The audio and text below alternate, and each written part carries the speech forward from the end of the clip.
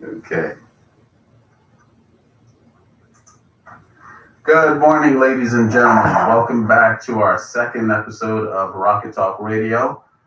Today we're going to be talking about small launchers. We have Dave Nordling in the studio with us, and we have Richard Garcia coming in on Skype. He is in Minnesota currently. So Dave's got a couple of companies that he's been looking at on his list. So those are the guys we're going to focus on today. Dave, you want to tell us who you want to talk about? Sure. Small launchers.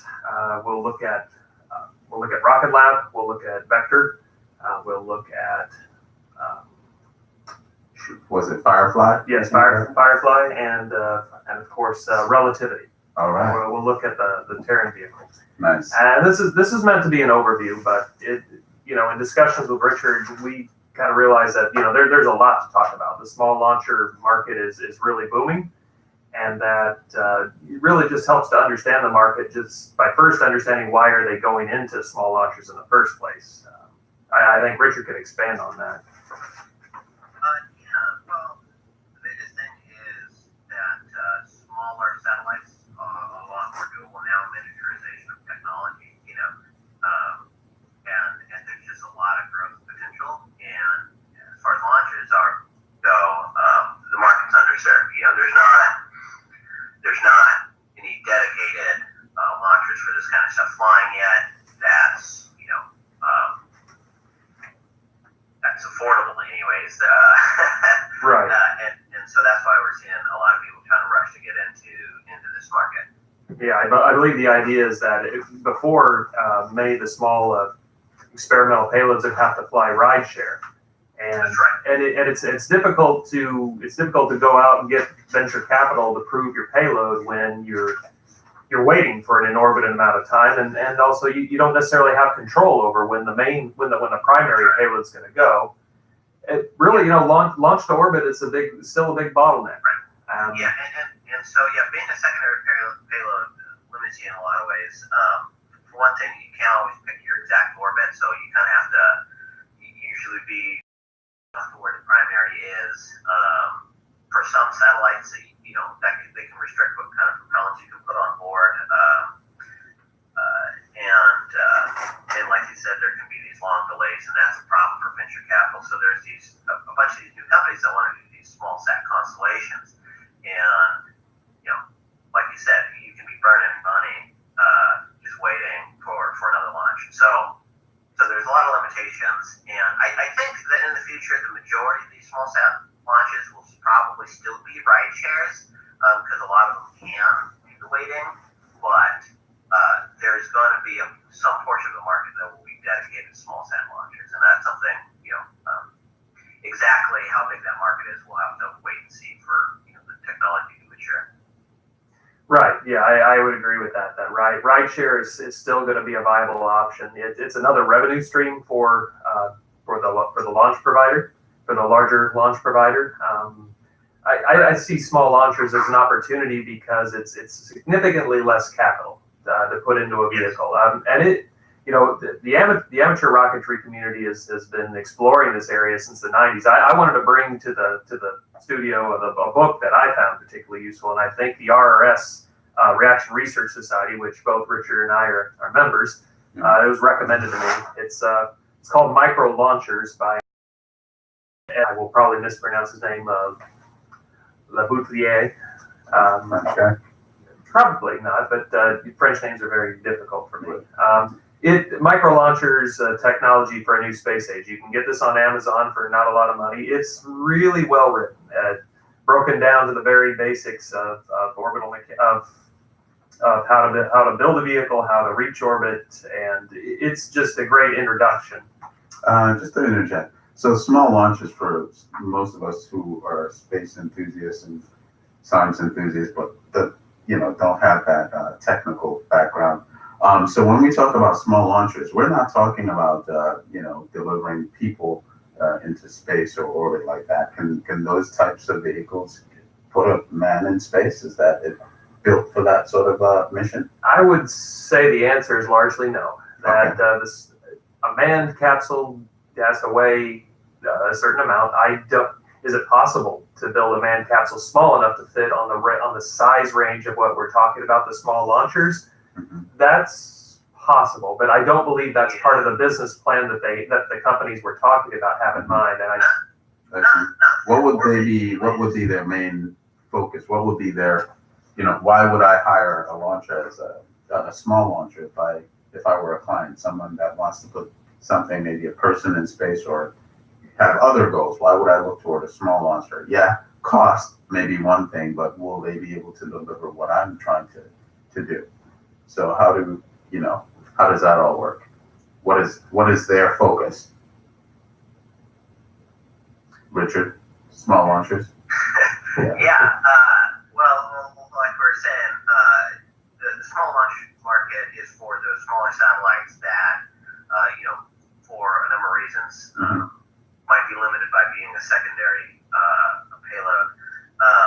And yet, the big thing is cost and also just schedule and getting exactly to the orbit you want to go to. One scenario we haven't mentioned is if you've got these constellations, maybe you can put them all up at once with a big launcher. But let's say some of the satellites need replacement. Yeah, constellation, again, for those of us who don't know, when we talk about constellation, we're talking about group of satellites, a all bunch for of a single satellites purpose. just getting delivered. Okay. Right. So they can get coverage like around the whole planet at once, kind of a thing. You can't do that with a single satellite. So yeah, you mentioned size range and manned capsule and stuff, and I think it kind of depends on just how you define it. The Falcon 1 is, I think, is a little bit on the larger end of these vehicles that we're talking about today, and if you made a really light Mercury-style capsule, you might just have enough. But I don't think anybody's really talking about doing that sort of stuff. Yeah, I would agree. Small launchers, maybe you could do a thing where you pull the second stage off and put a suborbital capsule on it. That's possible. But again, I don't think anybody's really talking about doing that. I haven't seen that as part of the business plan. The overwhelming majority of the satellite candidate, actually, Vector as one of their other businesses is offering satellite manufacture. There's been a tremendous boom in the CubeSat market, the small satellites, and they're starting to fly and they're starting to prove things out. Really separate topic by itself that we might be able to explore later. But right now I wanted to focus on the launcher. But the purpose of these small launchers has largely been for these small, either experimental payloads or just or even proven designs that are in that right size range. And the goal with small launchers is less capital in the vehicle to provide the same access to orbit, not being subject to the schedule of the primary payload if you were to go in a larger vehicle. The EELV fleet, as of yesterday, the name EELV, Evolved Expendable Launch Vehicle, after 25 years has gone away. Air Force officially renamed it the National Security Space Launch Program. Okay. As a milestone, because reusable boosters is now a thing, or at least it's offered by one provider. Yeah. But I mentioned when I say the words EELV, I'm referring to what is typically called the medium and heavy class of launchers. Now, for our audience, to give you a comparison, which you'll see in the comparison as I scroll through the four companies. We're talking about roughly, probably no more than a ton, 1 metric ton to low Earth orbit is about, and it's not a hard dividing line, but there's a world of difference between what Relativity wants to do with their Terran 1, which is about a ton to low Earth orbit, versus the old Delta II. The Delta II used to be considered a medium vehicle, and that was roughly 4 tons to low Earth orbit. I don't want to get too hung up on the values here. Everybody can go on the internet and look up these vehicles, but there many times when we're comparing vehicles and the relative sizes, they will go back and refer to a prior or an existing launch vehicle. So when we say small launchers, it probably is anything smaller than a Delta II. I see. And if you ask me, I think the Delta II kind of belongs in in a class more like what they have in mind with the small launchers. And if the trends continue with the sizing of small launchers, it very well may be so. But I won't delve into it. We've got charts to go through which we can compare, or unless Richard's got something more to say on what qualifies as a small launcher. Actually, I have a question, but before you get into that, Richard. So, a small launcher, would that be able to put a payload, say something like Curiosity, into space? I would say no. Okay, No, so that would because be Curiosity is going to another planet. The further away that you get, is more delta V required. Change in velocity, Right. And we'd have to get into orbital mechanics to discuss it. But in general, the further away, the less payload you're going to be able to deliver with the same launch vehicle on the ground, because it all starts with the vehicle you have on the ground. So, for just to help me imagine what a small launcher can deliver to space, what would be a size I don't know, rover or telescope that we have already put out there that I can, something for me to scale it to. So small launcher can deliver what, something the size of a Spirit or Opportunity, can deliver something the size of Curiosity, the Hubble. If you were going to low Earth orbit, yes. I see.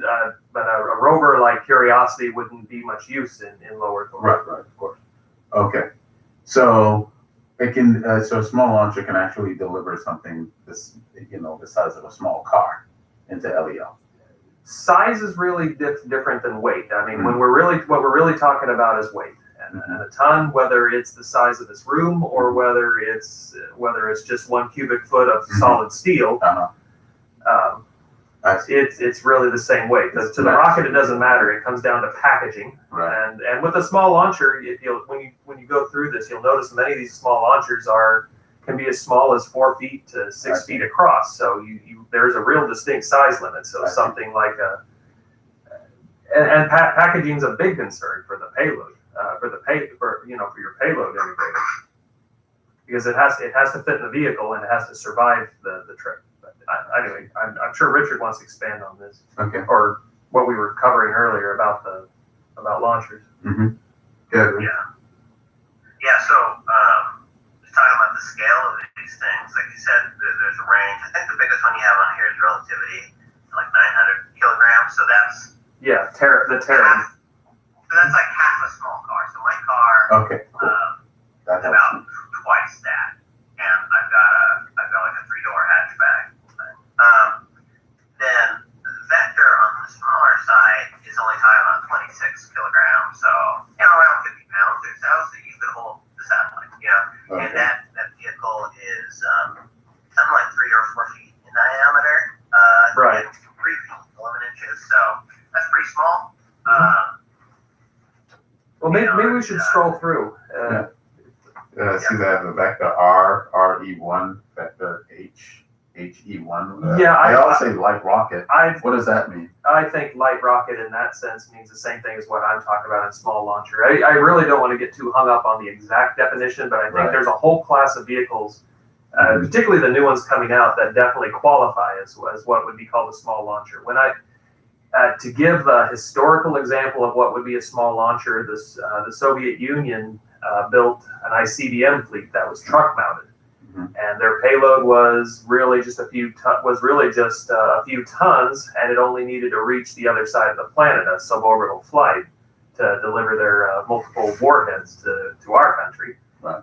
And the size of to fit something on the back of a truck, you have a very real size limit. It has to be able to go over the road, so that leaves you with a vehicle about the same size as we're talking about. And in the case of Vector, they are looking at more of a mobile truck type of approach to bringing the vehicle to the site. But I'll get into that. But here's the first slide where we're talking about small launchers. The goal is to just reduce the cost of reaching space. Looking at if your goal is to bring something, a small amount of material up to low Earth orbit, how can I do that with less capital? And there's ways to do it. We talked about ride share, which can be offered with an existing provider, but it can be frustrating for if you're a secondary payload, you're at the whims. You're really a hitchhiker. you're a hitchhiker and you can't really choose who's going to pick you up and whether you're going to be exactly dropped off where you want to be, orbit wise. I mean, it's still the same altitude, but it might not be perfect. Anyway, Richard mentioned that the small Falcon 1 probably was a good example of a small launcher. I know when SpaceX got started, they had the idea that they'd launch often, and they would they would have a very simple vehicle, and I think that's why they went with what was a smaller vehicle. I believe I didn't put the specs on the Falcon 1, but I think it's a little larger than the 4 that we've outlined. Would that be right, Richard? Yeah, that's right. Okay. But I bring up the SpaceX Falcon 1 as an example for our audience to research on their own. And like I said before, improve the frequency of launch. And what I mean in plainer terms is launch more often. Have more buses to reach low Earth orbit. More opportunities, less of a bottleneck. And the idea, and I phrase this last part very carefully, that small launchers are supposed to be easier to set up for launch, and small launchers are supposed to be faster to produce. Whether they actually are is going to be the subject of debate and will have to be proven. That's why I'm not saying they won't. I'm just saying that this is what they are supposed to do. This is what was in mind when they're made. Yeah, like you mentioned, easier to produce, like you said, faster to produce. This is one of the places where you can run into some of these problems, and the cost benefit is probably not as big as you might think, right? Because you're building something a fraction of the size. But with engineering projects like this, you got to do a lot of work. And Truax pointed this out back in the day. Robert Truax, right? Yeah, they tend to scale with like the part number as opposed to the actual size. So the example he used was that the Agena upper stage, there were some launches that used that on top of the Thor as a first stage, and the Agena being smaller, but being an upper stage, it had a lot more going on. It was more complicated, more parts. That would cost more than the Thor booster, which was larger, but a simpler rocket. And so when you're doing an engineering drawing, whether you say 1 inch or 1 foot, it's going to take you just as much time to make that drawing. And so, yeah, like you said, they're supposed to be, and they can be cheaper. Getting stuff made is cheaper, but it's still expensive. Relatively cheaper. Yeah. That's the idea. And when we're talking, just to give you an idea, I didn't put cost. I didn't have time to put cost on each one because every one of these providers has their advertised cost, and the advertised cost of the Vector is on the small end of the scale at about $3 million, and in the case of Firefly, they're advertising their Firefly Alpha at a price of $10 million. To give you an idea, the SpaceX launches. SpaceX has the lowest cost of any of the medium launcher providers. They go for supposedly at $60 million base price. Their competition, United Launch Alliance, probably sells for anywhere from 90, if as cheap as 90 to as much as in the over $100 million for a medium launch. And for heavies, it's a different class. But I wanted to give our audience a sense of scale that for what the relative cost of these launchers are supposed to be. And as Richard said, the cost per payload delivered, the ratio might not necessarily work out. It might not even be favorable to go with small launchers. Yeah, sometimes, and like you said, the ratio is usually going to drop, so you might be paying more per pound, but also the total amount matters as well. That's right. That's right. If you don't have it in your wallet, you're not buying it. Yeah, so it's like a worse rate, but you're buying less, so it winds up costing less overall. Another thing I wanted to say about the prices is until they've actually flown vehicles to paying customers, you really should consider the prices of these companies are putting out. Those are goals. Very true. Very true. Yeah, and just like schedule, they tend to stretch out a bit. Always. Yeah. Always. Okay. So let's see. Let's go to the next slide. I got a second warm-up slide here, and this is something everybody can see that it is a truly an international market. Although the United States is dominating with a tremendous number of providers, both in stealth mode, meaning that they're not publicly advertising their plans, and some that are just flat out in production. Only one example, the Rocket Lab in New Zealand. The Japanese, they're based here though, aren't they? They have manufacturing facilities in Huntington Beach, but they're designed, tested, and flown out of New Zealand. Say it again, Richard. I was just saying that they're only technically a U.S. company. Okay. They are doing some stuff in the U.S. I think they're doing some 3D printing in Southern California. But really, there's a lot of talent and experience and capital for this kind of stuff in the United States. Some of these foreign companies, like Rocket Labs, they set up them to be legally a U.S. company, so they can deal with some U.S. export control laws and this kind of stuff. So that's a valid concern. Yeah, is technology transfer and the International Traffic in Arms regulations. Rocket launchers are explicitly called out in what's called our ITAR laws. Yeah, so I know that with Rocket Lab trying to hire some U.S. engineers, that there were some people who I don't know who they'd be calling, but they call something in DOD to be like, hey, this is ITAR export control, you should keep an eye on this. But that's all been worked out now, so they're legally all squared away. But so I know that right. Was a concern. Right. Now, I didn't explicitly try to target American companies. I picked these four because I thought they kind of represent a good cross section. The Japanese, I want to call them out because just less than a month ago they launched their Epsilon rocket successfully, and that is JAX, right? JAX is the Japanese. I don't believe it's JAXA is the Japanese space agency. I don't believe they were responsible. This was a private organization. Their vehicle's called the Epsilon, and it launched less than a month ago. I don't have an example here. I really want to move on, but I just want to call them out that they had a successful launch. That their international market is in fact growing. Just a quick question. What's when we say sounding rocket? What are they talking about? When we say something a sounding rocket, or we have the light rocket, heavies. What's sounding? Is that something that's not in flight? Sounding rocket is a suborbital flight. It's meant for upper atmospheric research. A sounding rocket goes back to a naval term for when they would explore the depths of the ocean. They would send down a microphone and a sounder to try to explore and understand what the nature of the floor and then the deep sea was. So. They carried that term, that naval term, into exploring the upper atmosphere, which at the time in the 30s and 40s was largely unknown. There was very little known about the upper atmosphere by around the Second World War above 20 miles, because that was the limit of weather balloons. Right. So I see. Rocket Labs, it looks like they produced two sounding rockets, Athea 1 and Athea 2. And they also have the Electron, their light rocket. Right. So what is the purpose of them having a sounding rocket? It would be for science payloads, right?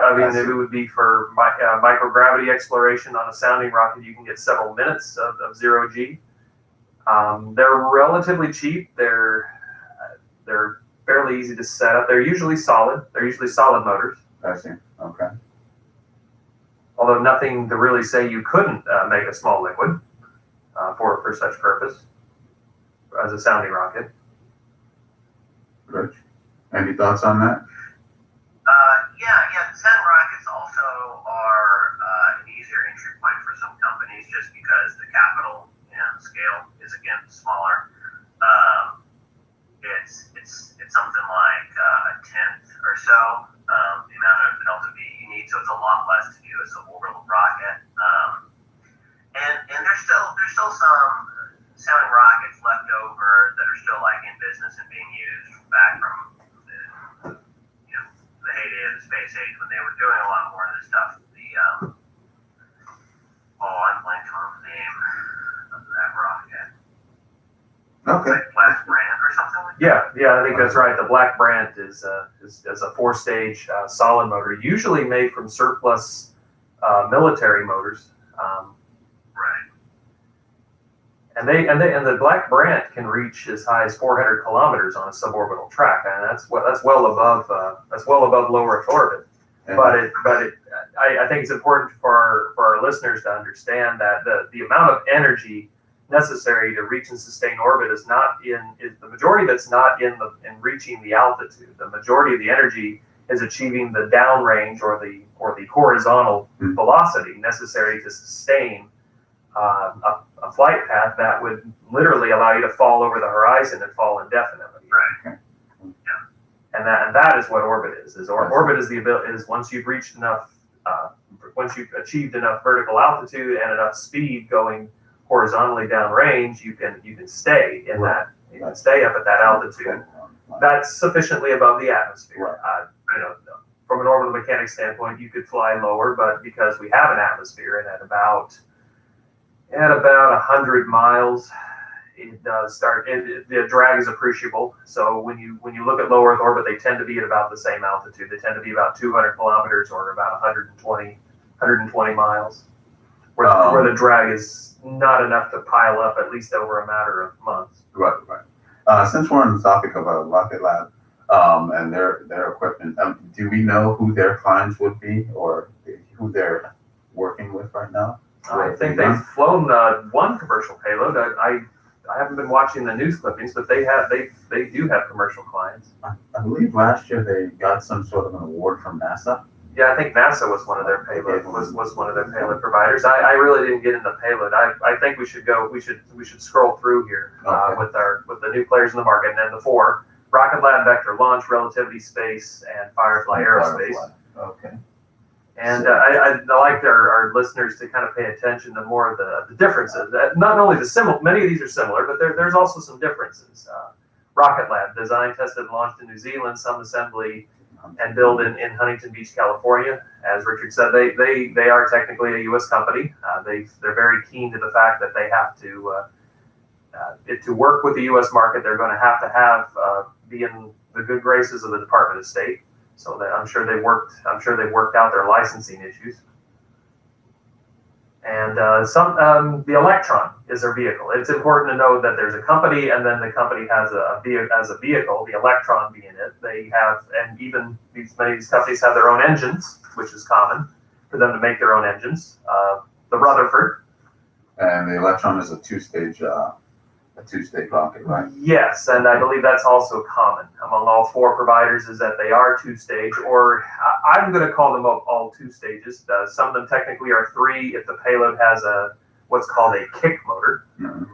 Right. Yeah, and I think the Electron, they have a orbital maneuvering engine on there. I don't think it provides a lot of W though. So Right. I counted as 2.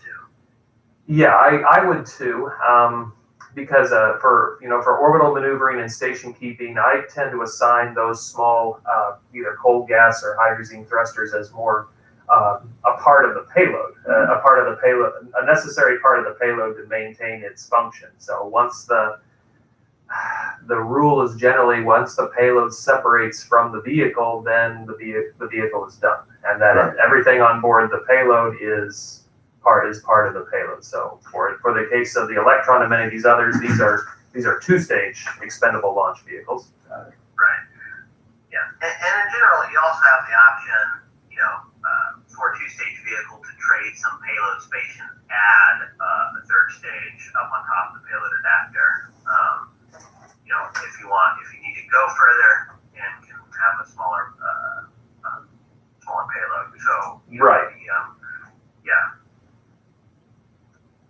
Yeah, that's true. A kick motor is a significant sacrifice of your payload weight, but if your goal is to reach higher, then that's really the only way to get there. You have to be able to lift the propellant you need. That's a good point. Some might argue a kick motor is in fact a third stage. I could definitely see the point. But anyway, Rocket Lab's vehicle, I basically put the height and diameter. If you see that, it's 56 feet, about 4 feet in diameter. We've got metric there for our foreign listeners. RP1 LOX propellant, that's pretty common. Many of the propellant combinations tend to be they're not always the same, but they tend to be very common. As 50 years into the space age, there really are only kind of a handful of propellant combinations used. And LOX tends to be very common as the oxidizer. Payload to orbit, the specific orbit I'm talking about is sun synchronous orbit. It's a polar orbit, and it allows you to, I'm sorry, I am going to have to read this straight off of my phone, so I can make sure I get this right. It's sun synchronous orbit, also called heliosynchronous orbit, is a nearly polar orbit around a planet, specifically ours, in which a satellite passes over any given point of the planet's surface at the same local mean solar time, meaning the same time of day. Mm-hmm. And more technically, it's an orbit arranged so that it precesses through one complete revolution each year, so that it always maintains the same relationship with the sun. And this is the height of the altitude of this orbit is about 500 kilometers, about 300 miles, not terribly far above low Earth orbit, not a lot of energy spent, but it's very, very useful to as a communication satellite. This is a very useful orbit. Yeah, I think the basic idea is that every time you're over a particular point in an orbit, you see that part of the Earth at the same local time. Right. So for weather satellites, for spy satellites, for even satellites not intended for for spying, just Earth observation. Sun synchronous orbit is extremely useful because you're always overhead under a lit sky. Right. So anyway, just for our readers, the relative value of the payload to SSO is probably one way for our readers to gauge the relative size of one vehicle versus the other. So and most importantly, the final bullet is that the Rocket Lab has had 3 successful launches with more to come. They are in operation. And as of this year, 2019, is 500 kilometers. What's that? 150 to 225 kilograms. Okay. So for our American audience, we're about at least 330 pounds. Okay, cool. Well, before we move on to the next launcher, right? I went on to the Rocket Lab website just to call out some of their, successes. So the most recent thing that happened there was on January 22nd of this year. It looks like Rocket Lab launch dedicated to Electron mission for DARPA on January 8th. We had they appointed Lars Hoffman as their senior vice president for global launch services. And I'm just going to go back to December of last year. We're not going to go too far back. Okay, so on December 17, 2018, standout, Waioria College students awarded Rocket Lab scholarship to pursue engineering in the future. That's pretty cool. And December 16th, we're looking at Rocket Lab successfully launches a NASA CubeSats into orbit. Right. On the first ever Venture class launch service mission. That's pretty cool. And I think that's NASA's program for taking advantage of these small launchers. Right. Is that their Venture class missions are the smaller packages. Any of our readers can go to NASA's website, and I believe they can find out a fuller detail of what the Venture class is. Okay. And December 16th, again, we have the kick stage responsible for orbital orbital deployment. And finally, in December 4th, Rocket Lab prepares to launch a historic CubeSat mission for NASA, which they did a few weeks later. Right. Okay, so that's it for Rocket Labs. We're going to move on to the next guy now. Yeah. All right. Unless Richard's got anything more. Do you have anything more to add for the Rocket Lab Electron? I'm sure in the future we'll be talking more about these guys. I think the motor is probably worth talking about because I think that's what distinguishes Rocket Lab from the others. And what about that motor? I think Richard can explain this. So there's a few things that are unique about the rocket one, it's largely 3D printed, and then it's got these electric pumps. And the 3D printing, so I've worked on 3D printed rockets, and I've also worked with more traditionally manufactured ones. And with 3D printing, a lot of people, are talking about it like it's this new panacea, and that it is, and that it's, they talk it up a lot, and it is a great technology, but it has its drawbacks and it has its difficulties. But it is a great tool, and it definitely makes a rocket engine's thrust chambers easier to make, and the development time can be faster. So still at the moment, to get to your highest performance engines, you're going to want to be building your chamber out of copper in the 3D printing. Or at least your liner. At least your liner out of copper. The interior has to be actively cooled for obvious reasons. Yeah. I mean, what materials, when you're done making a statement, I'd like to know what materials can you 3D print in, because I would think you would need something that's really, really, really, really, really strong to support engines or propellant. Right. Well, since I'll just mention it now. So, Inconel is a common one you see people doing 3D printed rocket engines out of, because you can print Inconel. It's really strong, can deal with high temperatures, so it's a great choice for 3D printing. And I'm pretty sure that's what Rocket Labs is doing. Yeah, I'm almost certain of it. With Inconel, for our audience, is a nickel-based super alloy. Okay. Nickel being the primary constituent, and cobalt and iron being the alloy materials. And it's superior to stainless steel. It has nearly the same strength, but it has a wider temperature range. It has a much higher melting point, and most importantly, Inconel retains its tensile strength even at those higher temperatures. Whereas with steel, in the last few hundred degrees before its melting point, the strength really falls off. Nice. So Inconel came about in the 50s, I believe, and it's kind of a staple of the aerospace industry. And, yeah. Right. Yeah, and there's a whole slew of alloys that you can make with 3D printing. There's other ones. There's like cobalt, chromium, and stuff. But then the other way to go is to use something like copper, where you have a high thermal conductivity. You can't get as hot and it's not as strong as Inconel because it conducts heat faster. You can keep it cooler easier, and that, the way it works out, that winds up being, the high performance engines use coppers. But copper interiors, copper liners. Right, but they're not quite up to you can get some copper 3D printed commercially right now. But the stuff that they're normally making rocket engines out of, not quite just yet. But that'll be something that's probably coming online pretty soon. Right.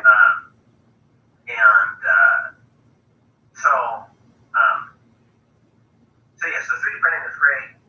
It's limited in size, and so this is why you don't see like the Raptor being 3D printed. It's just too big. There aren't 3D printers big enough yet. Yeah, they call that the build envelope. I'm sorry.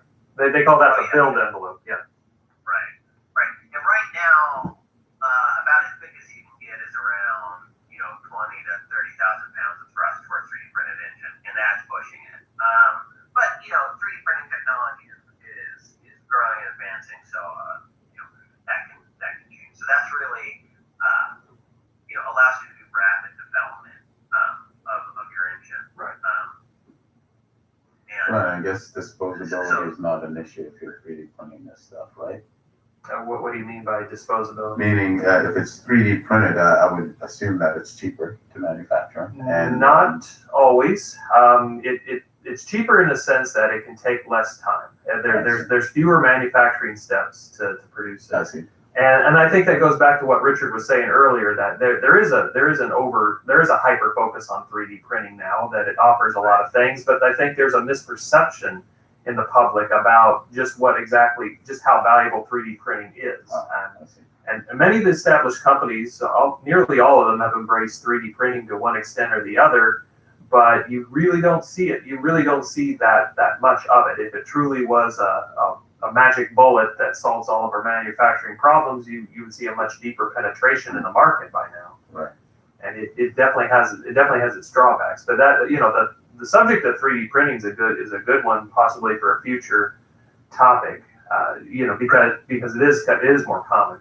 I really want to make sure we scroll through the 4 so our audience can see the comparison. I think the Rutherford has the electric motor driven pumps. I think that's probably the biggest distinction, is that rather than have a hot gas turbine coupled to the fluid pump, they went with an electric motor driven approach because of the. Move on to the next slide. Yeah. Well, I kind of wanted Richard to touch on that because he's also familiar with Rocket Lab's approach, that it's unique to the others. They're using a pump to draw the propellant at low pressure out of their tanks into their motors to provide the cycle, and that to do so, it's possible with lithium polymer battery technology to achieve a very high energy density, at least at the small power requirement of these smaller pump motors. But inherently there's a limit to how far you can go. Right. So they're doing these electric pumps. I've heard people talk about it like it's a brand new thing. Certainly these are like the biggest electric pump driven rockets, and they're the only launch vehicles that's using that as main propulsion. But back in the 60s, upper stage had electric pumps for its orbital maneuvering engines, and that was workhorse in the space industry.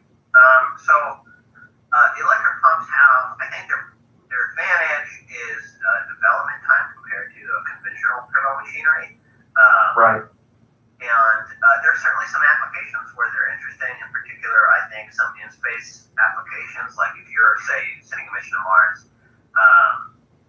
you might have some weight savings there because you can recharge your pumps with solar power kind of a thing, and so then you're not launching that fuel with you.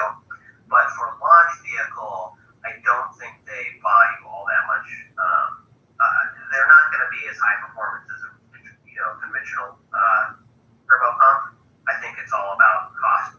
Development time is why you're going into that. Yeah, most definitely. A hot gas turbine has its own set of problems, and that's why it's a preferred option for a turbo pump. It's still most turbo pumps use a hot gas turbine as the driver. Okay. Right. And while the development cost and testing is going to cost you more, there are companies that just design turbo machinery. There's people you can call and say, design me a turbo pump, and they will design you a turbo pump. And the real cost and difficulty is only if you're trying to push the performance. So if you're willing to deal with a run-of-the-mill performance as opposed to some new cutting-edge thing, you can get a turbo pump reasonably cost. And so I think a big part of the appeal to the electric motor is really an investment in business. It's something you can go to investors and say, we have this new tech. It's the new cool thing, invest in money. And investors like hearing that you've got something new, right? They don't, if it's old, somebody else has already done it, so they're not going to, be as interested in investing. So, I tell people, so sometimes engineers come to me and ask, well, why electric pumps? I don't get it, right? The energy density of lithium batteries, which is, it's maybe better than, pressure fed, right. But it's not going to be as good as just the straight rocket fuel, right? And I just tell them, well, to sell to investors, that's the main technical advantage, is you can get money to build the rest of the rocket.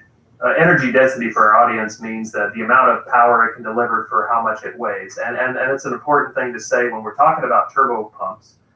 Turbo pumps are an expensive part of the overall system. It's a very complex piece. It's a very complex piece.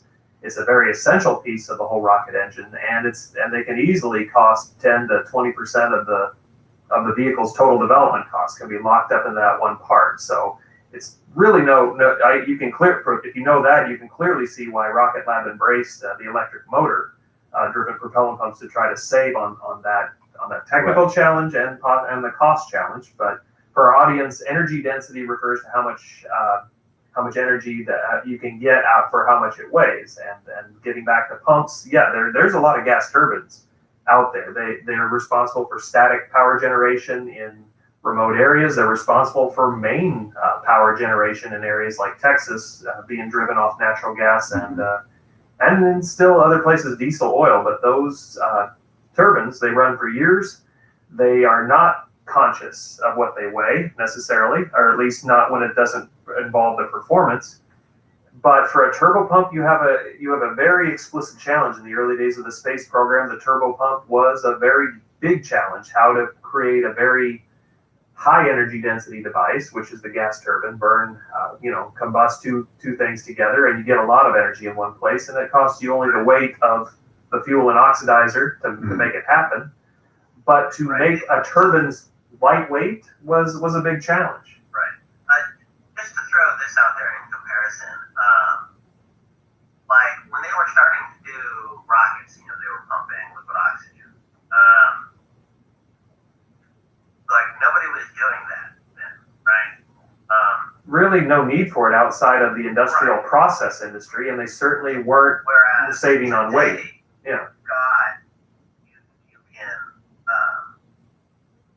buy off the shelf. There are like trucks that deliver liquid oxygen that have a centrifugal pump on it to pump oxygen. Right. And it's relatively low pressure, but by comparison, for like around $30,000, you can buy one of these pumps to pump liquid oxygen. You can get them off of Alibaba. I wouldn't necessarily buy it off Alibaba for 30 grand. I'd say the price is probably roughly double that to get a LOX pump that works. Well, but I'm just saying that's like industrial ground equipment. Like this is going to be heavy for flight. I'm not saying you can build a rocket, but just for comparison, Yeah. But here's another example. When you talk about the difficulty of rockets, when Goddard was doing stuff, apparently he was doing some lock seals with just treated leather, like leather gaskets on locks, which you tell an engineer nowadays that you're going to seal locks with leather, he's going to look at you cross-eyed, right? But Teflon hadn't been invented yet. That's right. DuPont, a DuPont product. Yeah. Teflon is everywhere, right? Teflon, because of its chemical inertness, is what makes it great for liquid oxygen. But it also makes it great for like food grade stuff. So it's in food grade, all sorts of things. So you go to Home Depot right now, like the tons of valves are going to have. Yeah, the ball valves.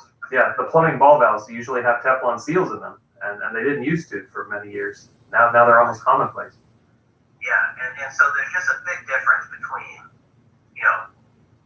some of this stuff, it's difficult if it's 1950, but it's 2019, it's not as hard if you know what to do. Right. So let's shift from Rocket Lab. I think we got a good start here. I wanted to go with Rocket Lab because they have the electric motor-driven pumps, and not all these vehicles have a pump system. I wanted to talk about the Rocket as a whole, but go on to the next one. Let's look at Vector. All right. Okay. So anyone that wants to learn more about Rocket Lab, you can just go to their website. It's rocketlab.usa.com, and there you can learn about the company, the type of hardware they have, and some of their services. You can also go to rockettalkradio.com and listen to this podcast now or whenever you have time. Okay. So now we're going to get and talk about Vector. Sure. Vector Launch is a company based out of Huntington Beach now. They've got actually, technically they're based in Arizona. That's actually not accurate.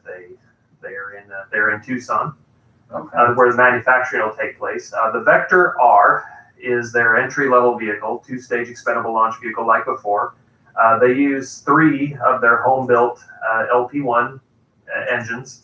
The difference with the Vector vehicle is not only its size, as you can see, payload to sun-synchronous orbit is only 26 kilos, really about 4 3U CubeSats is really what they had in mind. At a price tag of only about $3 million as they advertised. They've conducted test flights out of Mojave and out of Camden, Georgia. Their first flight expected sometime this year in 2019, probably out of Alaska, as a polar launch would be best done out of Vandenberg or Alaska, off the Pacific Ocean, over the Pacific Ocean. Vehicle size, it's 56 feet tall, a little shorter, and about about the same size as Rocket Lab. If you look at the numbers, about 4 feet in diameter. The big distinction with vector, of course, I should mention in commonalities, 3D printing used a lot, and particularly in the engines for sure. Composite vehicle tanks, much like Rocket Lab. The difference is the propellants. The propellants, propylene and LOX is their propellants, and propylene is it's a propane-based hydrocarbon. It's C3H6. Propylene is a lot like acetylene, and it's higher energy density. It's got a liquid point about the same range as LOX, a little higher. So they're both mild cryogens, and the idea is that I think you can get a touch better a specific impulse, which is a measure of performance. For our audience, specific impulse is the amount of thrust you get for the amount of propellant that you have to feed it. It's a ratio. And so as it was explained to me a long time ago, it's how many seconds a pound of propellant will produce a pound of thrust. That's very rough, but it's still largely accurate. Right. Another way to think of specific it's the exit velocity divided by standard surface gravity constant. So True. Yeah, that ratio also works out. Yeah. That's exactly all that useful to people who haven't taken physics or something like that. But it's proportional to the speed of the exhaust, I guess is. Yes. Should have just said that. Right. So you want fast exhaust gas.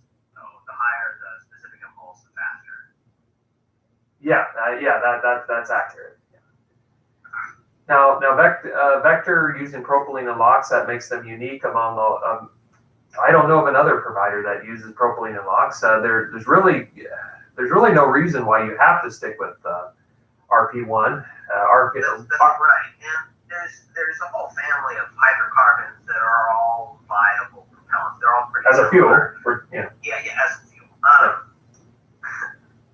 Like you could do propane. There's methane. There's also ethane, and they've chosen to go with propylene for its particular properties.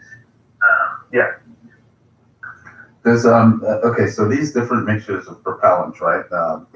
What Vector uses versus what Rocket Lab uses versus what Firefly uses. Obviously, these different types of propellants gives us a different amount of, I guess, lift or. Well, it really comes down to the specific impulse. Okay. Each one of these combinations, but there's also the consideration of how dense how dense your fuel in your oxidizer is, because the more dense it is, the more pounds of propellant you can store in the same volume. I see. Because that's why RP1 tends to be a favorite. Liquid oxygen is very dense. It's denser than water by 15%. RP1 for our audience is rocket propellant 1. It's a specific cut of kerosene that the Air Force, or rather the military, developed to basically create a balance between high energy content, good storability, good storage temperature range. Mm-hmm. They had wanted to use jet fuel, but the specification for jet fuel had a lot too many other things like sulfur. I think was the big one. RP1 has a low cut of sulfur. And as a matter of fact, it's interesting today, most kerosenes, even industrial kerosenes, have significantly less sulfur than they once did. Sulfur is a problem in the high temperature combustion because it becomes extremely corrosive, particularly on steel. And that's why the military sought to avoid that. Also, the storability question was a big deal. The earliest intercontinental ballistic missiles in the American arsenal were kerosene and LOX powered, the Atlas, and storability was a big concern. That if we were to have ICBMs deployed in cold weather areas, it wouldn't do for the fuel to become difficult to pump in cold areas. So that the storability of the propellant over long periods of time was a concern. And it's a valid concern for space launch also. If one's going to launch out of Alaska, you'll be facing that same issue. But RP1 properties were tailored to try to improve its ability to sit in cold weather. Richard? Yeah, kerosene is good stuff. Yeah, very, very dense. It's Okay. I think it's a carbon 12. Because it does seem like a lot of I guess a lot of the rocket companies use kerosene. It is common, yeah. So it's a pretty common fuel. And that's the point of my slide here. Is I wanted to call out Vector Launch that they're Gotcha. distinct, that their propellant was not RP1. So depending on the payload that you're trying to deliver, would you?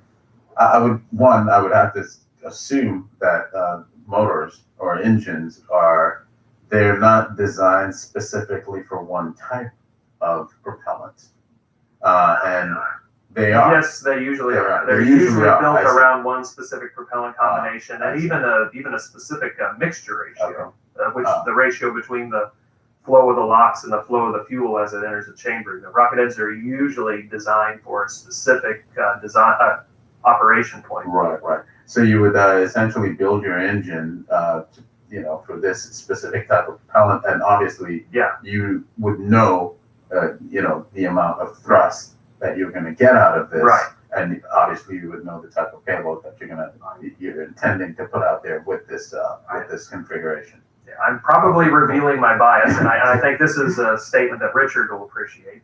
Is that vehicle designers don't like to hear that the rocket is built around the engine, Right. not around the vehicle. Right. The vehicle is built around the motor, not the motor is built around the vehicle. Right. Gotcha. Yeah. Yeah, the vehicles are it's just fuel tanks for the engine. Yeah. So See, I knew you'd agree with me on that. So really, I'm sure there's a large misconception out there about rockets, how they work, how they're built, how they're designed, whatever. But they're really specific vehicles, aren't they? Yes. Meaning, when you build a rocket, you kind of already know the payload you're going to deliver. Yes. You already know what type of fuel is going to deliver that payload and how the type of materials you're going to use to support that propellant. There's a whole stack of choices that are made on the front end Right. after some trade and some Right. comparison, and also consideration of what has been proven successful before. You see a lot of I don't want to call it copying, but I mean you see a lot of people leaning on legacy, leaning on legacy experience Right. for what they're trying to do, and that's only wise. Right. There's also others that are out in the market to try something new, and Vector's doing that very thing. They're going with a propylene LOX combination. Composite. But as far as adventureness goes in design, switching from one hydrocarbon to another isn't a big leap. It can be done, but it does fundamentally change the design. It is something that is not a trivial change. I mean, L engines can handle some level of variation. I mean, a smart designer will design their engine to handle what they consider a normal range of their conditions, of their engine inlet conditions. But there are limits to it, and they're not wide. They're not. I'm not even talking about throttleability. Throttling is a different thing. But we were talking about the propellant combination and what it's supposed to deliver for the vehicle. No, that's set up front. Right. And then the motor's built for that application, and then the vehicle is designed and tested to make sure it meets the guidelines that were set forth in the beginning. Well, what if you realize? Does that sound right, Richard? Yes. Is it possible for a company or to grow out of that configuration? You're like, okay, guys, we have no more use for this type of configuration. We need to build something bigger or scale down, which calls for a complete revamp of whatever it is.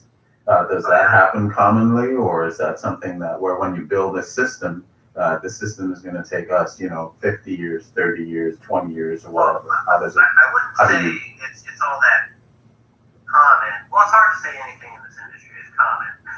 Right. I mean, there aren't huge numbers, but just look at SpaceX. They built the Falcon 1, and then they sort of moved on to the Falcon 9, and decided that they didn't want to work with that smaller market anymore. So yeah, it happens. But you can always build on the legacy. Like the Falcon 9, they're still using the same engine the Falcon 1 was. Right. So essentially, you can still sort of use the older configuration with new stuff. I mean, you may have to modify. Well, some parts the Merlin's a good example. That it was subject to several upgrades. Right. from its early beginnings in the Falcon 1 to where they're at with the 9. It's not a trivial thing. Most there's a lot of capital involved. There's also a significant technical risk that you may spend a lot of capital to build what you think is an improvement. You get it in test, and it isn't. Right. Well, maybe not necessarily blows up, but I mean, it just doesn't deliver what you think it is. That's why many companies are reluctant to engage in upgrading their motor unless they see really no other way forward. And they're sensitive to the markets, and it's not a trivial thing what SpaceX is doing by going and building a Raptor motor built around a different propellant combination, and it's a larger motor, and it's a completely different engine cycle. It's not a trivial It's not a trivial thing to do, and it's a substantial investment to a company. But yeah, there are reasons to do so if the market is shifting that much. Right. To go smaller, go larger tends to be the trend. Right. Performance, yeah, there are things you can do to improve your performance ever so slightly, but the cost of doing so is always on the company's mind of whether the payback, whether the benefit is worth the cost of attempting it. Right. And it is an attempt. Sometimes companies are proven wrong that their upgrade isn't what it didn't work as advertised. Right. So so most companies you think they would just basically start from the ground up. If they need to upgrade or build bigger or do something, they wouldn't, build on something that they've already had designed or made. They would start from the ground up. Not necessarily. Okay. I mean, I think many companies are reluctant to start from just because it's more cost. Now, from an engineering, well, the safety is a different argument, but from an engineering standpoint, there's no reason why you can't start from a clean sheet of paper. There's things you can learn, but it comes to capital, when it comes to money, to do so, most companies are reluctant to start from a clean sheet of paper if it's not absolutely necessary. Gotcha. We should move to the next slide. Just to kind of cover the range here. I'm sorry, with Vector, right? What is their mission? What is their goal? What is it that Vector is? What is their focus? I think they're serving the CubeSat market, the small satellite market. Okay. They are trying to be one of the lowest cost providers.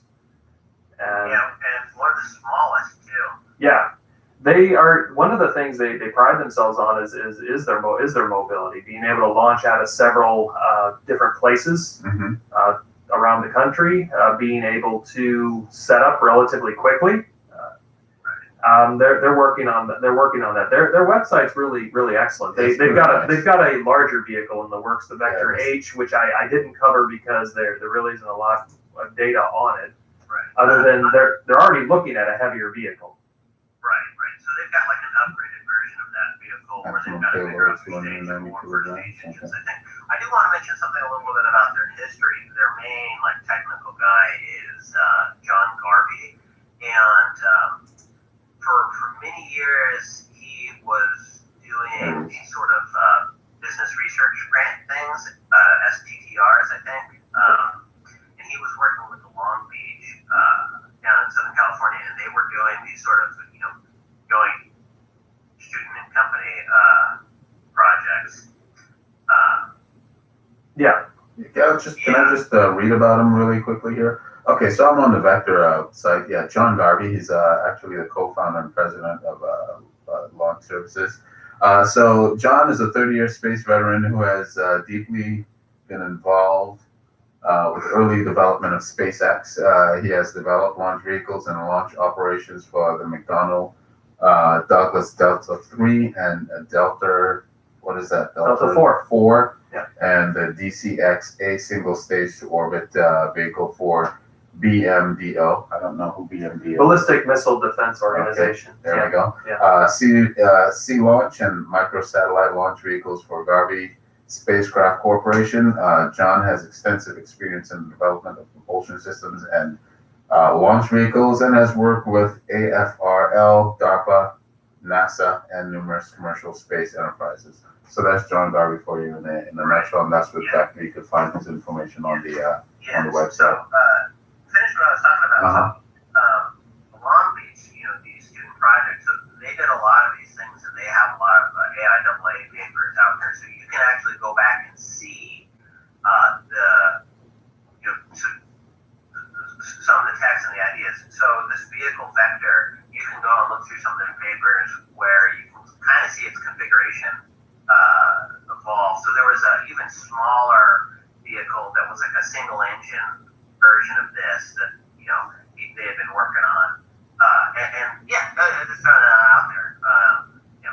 So I like to skip amateur level, but with his professional guidance, they got a lot of pretty cool stuff. I see. Yeah, they made a lot of strides.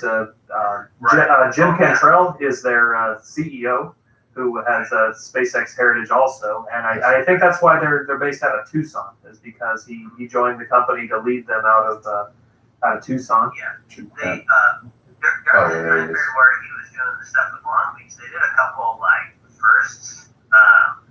They flew the first flight vehicle that had a liquid rocket Aerospace. That's right. And they flew the first vehicle with a winerless composite box tank. So that's interesting. Yeah. They've had a long legacy, and of course, we'd be remiss to not mention that John Garvey was a former member of the Reaction Research Society, and he did much of his testing out at the Mojave Test Area. Right. Yeah. Yeah, and he's one of the guys who branched off with FAR when FAR came around. So he also did a lot of stuff over there, as did Long Beach. Right. Yeah. Okay, cool. Well, you can also look up Jim. Anyone who wants to know, you can also look up Jim Cantrell's bio on the Vector website. He's the co-founder and CEO. I'm just going to breeze through his bio for you. Jim Cantrell is a well-known entrepreneur and expert in space systems, and has 30 years of experience in the aerospace and high technology industries. Jim was part of the SpaceX founding team and served as the company's first vice president of business development. Wow. Jim founded 2 other successful aerospace and automotive engineering companies and has held the CEO positions in aerospace and biometric software companies. Jim also played key roles in the development of Skybox Imaging, now Terabella, and has had developmental roles in numerous venture-funded space efforts, including Rocket Lab, Planet, Black Sky, and Space Flight. Man, he's got quite a. He does have quite a pedigree, and it's certainly not his first startup.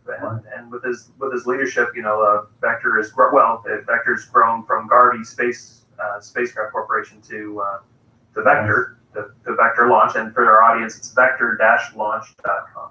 I want to move to the next slide as we're lagging here. All right, and again, you guys can pick up our podcast on rockettalkradio.com.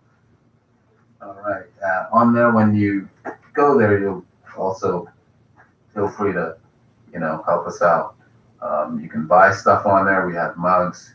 We've got T-shirts coming out. We've got some hats and stuff coming out. So we've got stuff to offer you when you go there.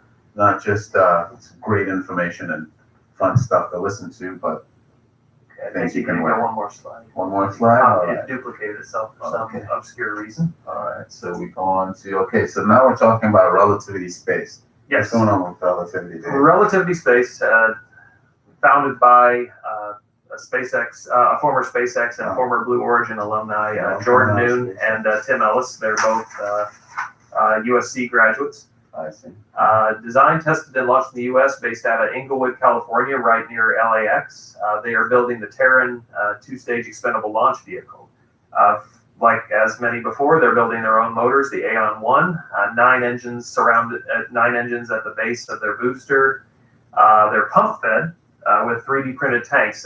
Relativity Space's claim to fame is they are seeking to 3D print as much of their rocket as possible, and they're billing themselves as a company that can deliver a vehicle in weeks instead of years.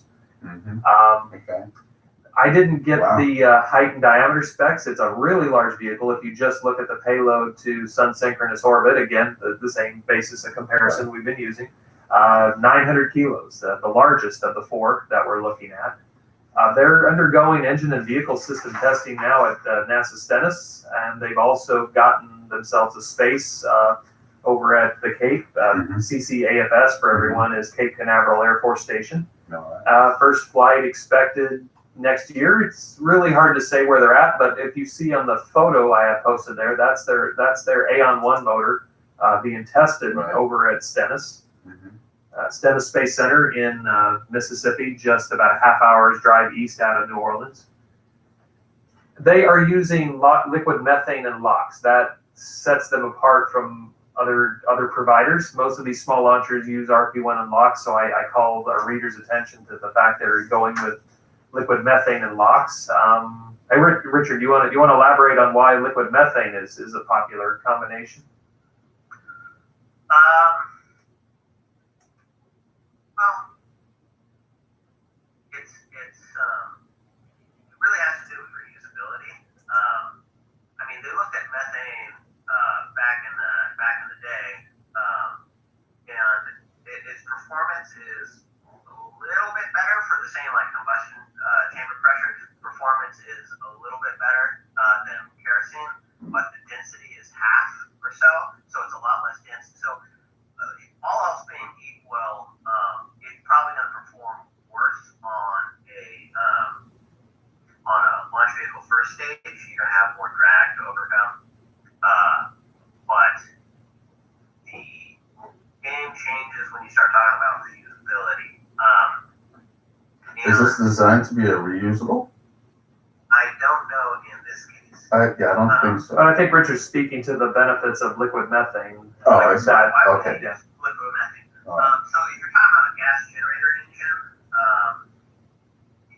you're going to have a lot of soot in your turbine. That's going to limit how many times you can, restart your engine, and there's some issues with that. And particularly in the cooling tubing, the coolant tubing in your chamber. Yeah. There's coking, as it's called. Yeah, So, there's coking. Okay. Sooty. I'm talking about soot and the turbo pumps and stuff like this. I've talked to, I know guys who've worked at SpaceX and worked with their gas generators and saying, you might have to, every couple runs, there's a certain number of engine runs you can do before you have to open up the turbo hub and overhaul it. And that's a lot of work. And all else being equal, you should be able to get more runs out of a methane engine. Then it starts changing again when you start talking about engine cycle, though. That's just like gas generator. Methane, because there's less sooting, you have an easier time doing a stage combustion cycle. And what happens is if you build a fuel-rich stage combustion cycle engine, you're dumping your exhaust from your turbo pumps through your injector, and if you've got a really sooty flow, you're going to clog up your injector, so that's a problem. And fuel-rich turbo pump is easy to build, so the Russians did LOX-rich, precisely because the kerosene, or partly because the kerosene would be clogging up their injector and sooting if they were passing the turbine exhaust through the injector. And so then your stage combustion cycle allows you to go to higher chamber pressures and get higher performance, and then it starts being more competitive with kerosene. And so it's really when you start talking about high performance engines that are reusable, that methane starts taking advantage, becomes competitive for vehicle performance. And then it's also cheaper, it's more available. You can you have to get an account with the company, but there are gas stations you can go. They're just like regular trucks, that run on liquid natural gas, but that's like 98% methane. And most of these companies who say they're going to run on methane aren't getting like grade A methane; they're getting liquefied natural gas. And so you can right now drive up to these pumps and fill up your liquid natural gas filler.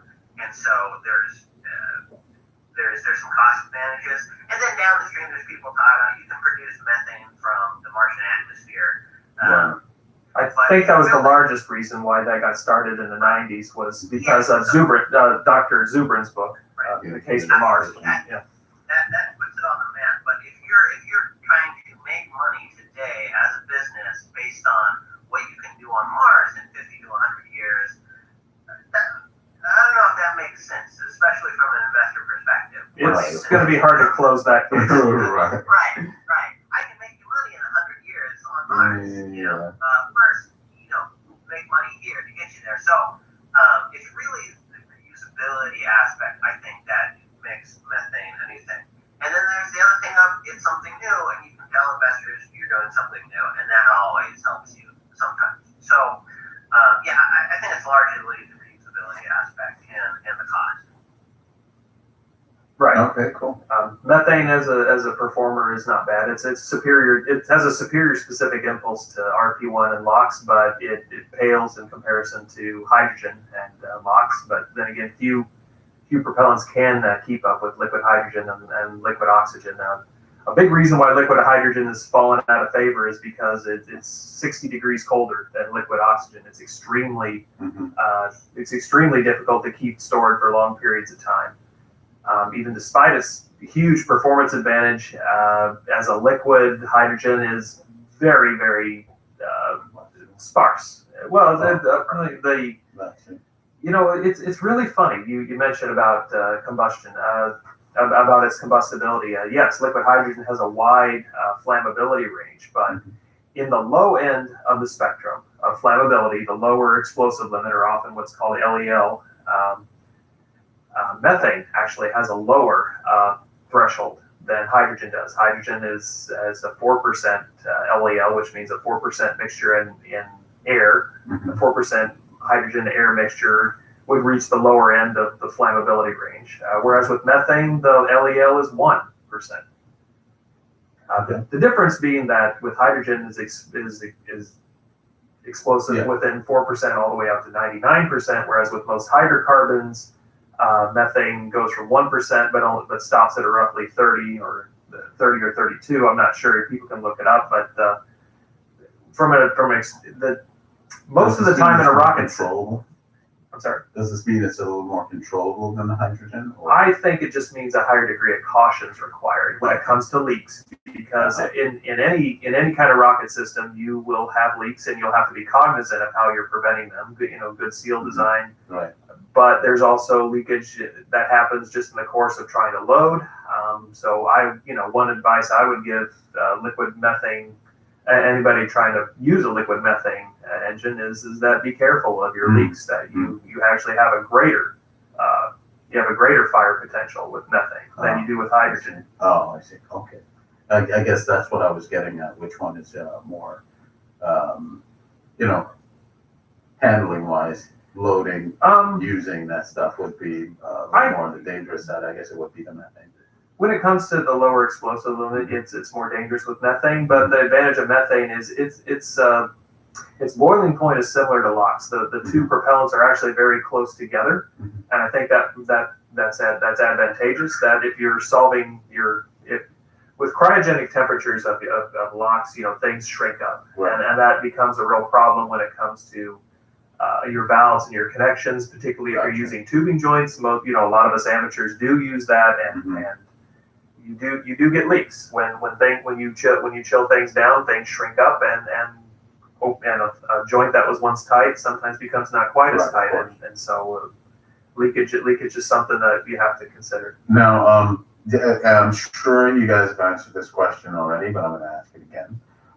So what we're looking at an oxygen methane combination versus a kerosene LOX combination. Which of these two combination of propellants will give you more thrust, or be able to, or help you deliver larger payload, or take you further?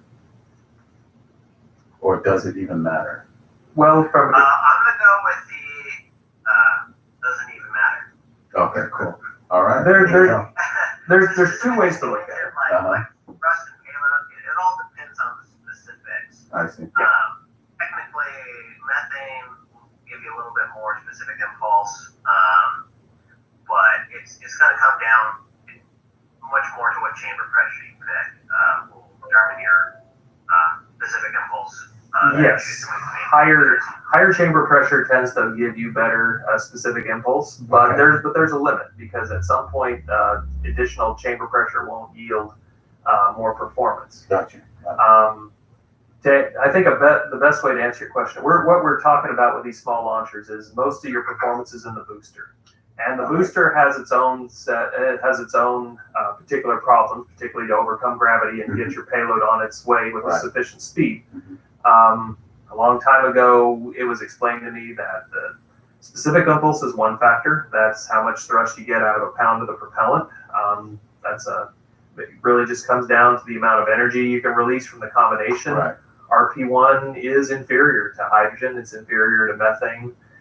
But there's a second factor that has to be considered, and that's the density of the propellant. And if one was to just, as a figure of merit, take the density of your propellants and multiply it by the specific impulse and look at the product of that result, it'll show that the density of the RP1 of your kerosene being very close to water, maybe 80% of the density of water, gives it the advantage over even hydrogen, because hydrogen has a density that's barely 6% of water. I may be getting my ratio wrong. It's 4.3 pounds per cubic foot, whereas water is 62.4 pounds per cubic foot. Methane weighs in at 22. Liquid methane weighs in at 22 pounds per cubic foot. So you see, there's a huge difference in the density, and the density is important because you're going to build a vehicle, you're going to build a tank. It's got a finite volume, and you want to have as many pounds in it as possible. Therefore, your burn duration can be longer. So specific impulse is not the entire story.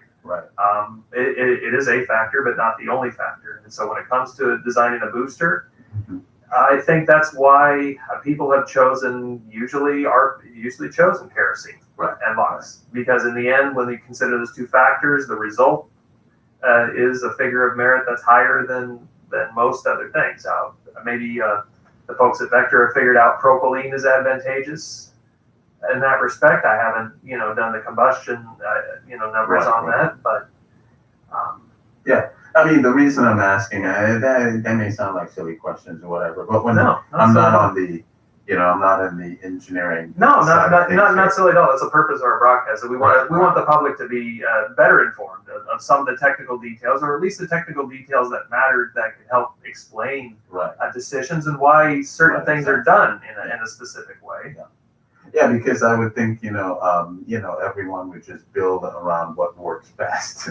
So the company that's having the most success rate in launches and delivery. A lot of times that plays a huge factor. And I think that's just because the financiers get involved and they want to minimize risk. And one of the ways to minimize risk is go with something that's been done before. And one thing about engineering, you said you think people would just go with what works best, but that's what works best? Well, that's the question. That's the point. That's the purpose of the hard part. Yeah.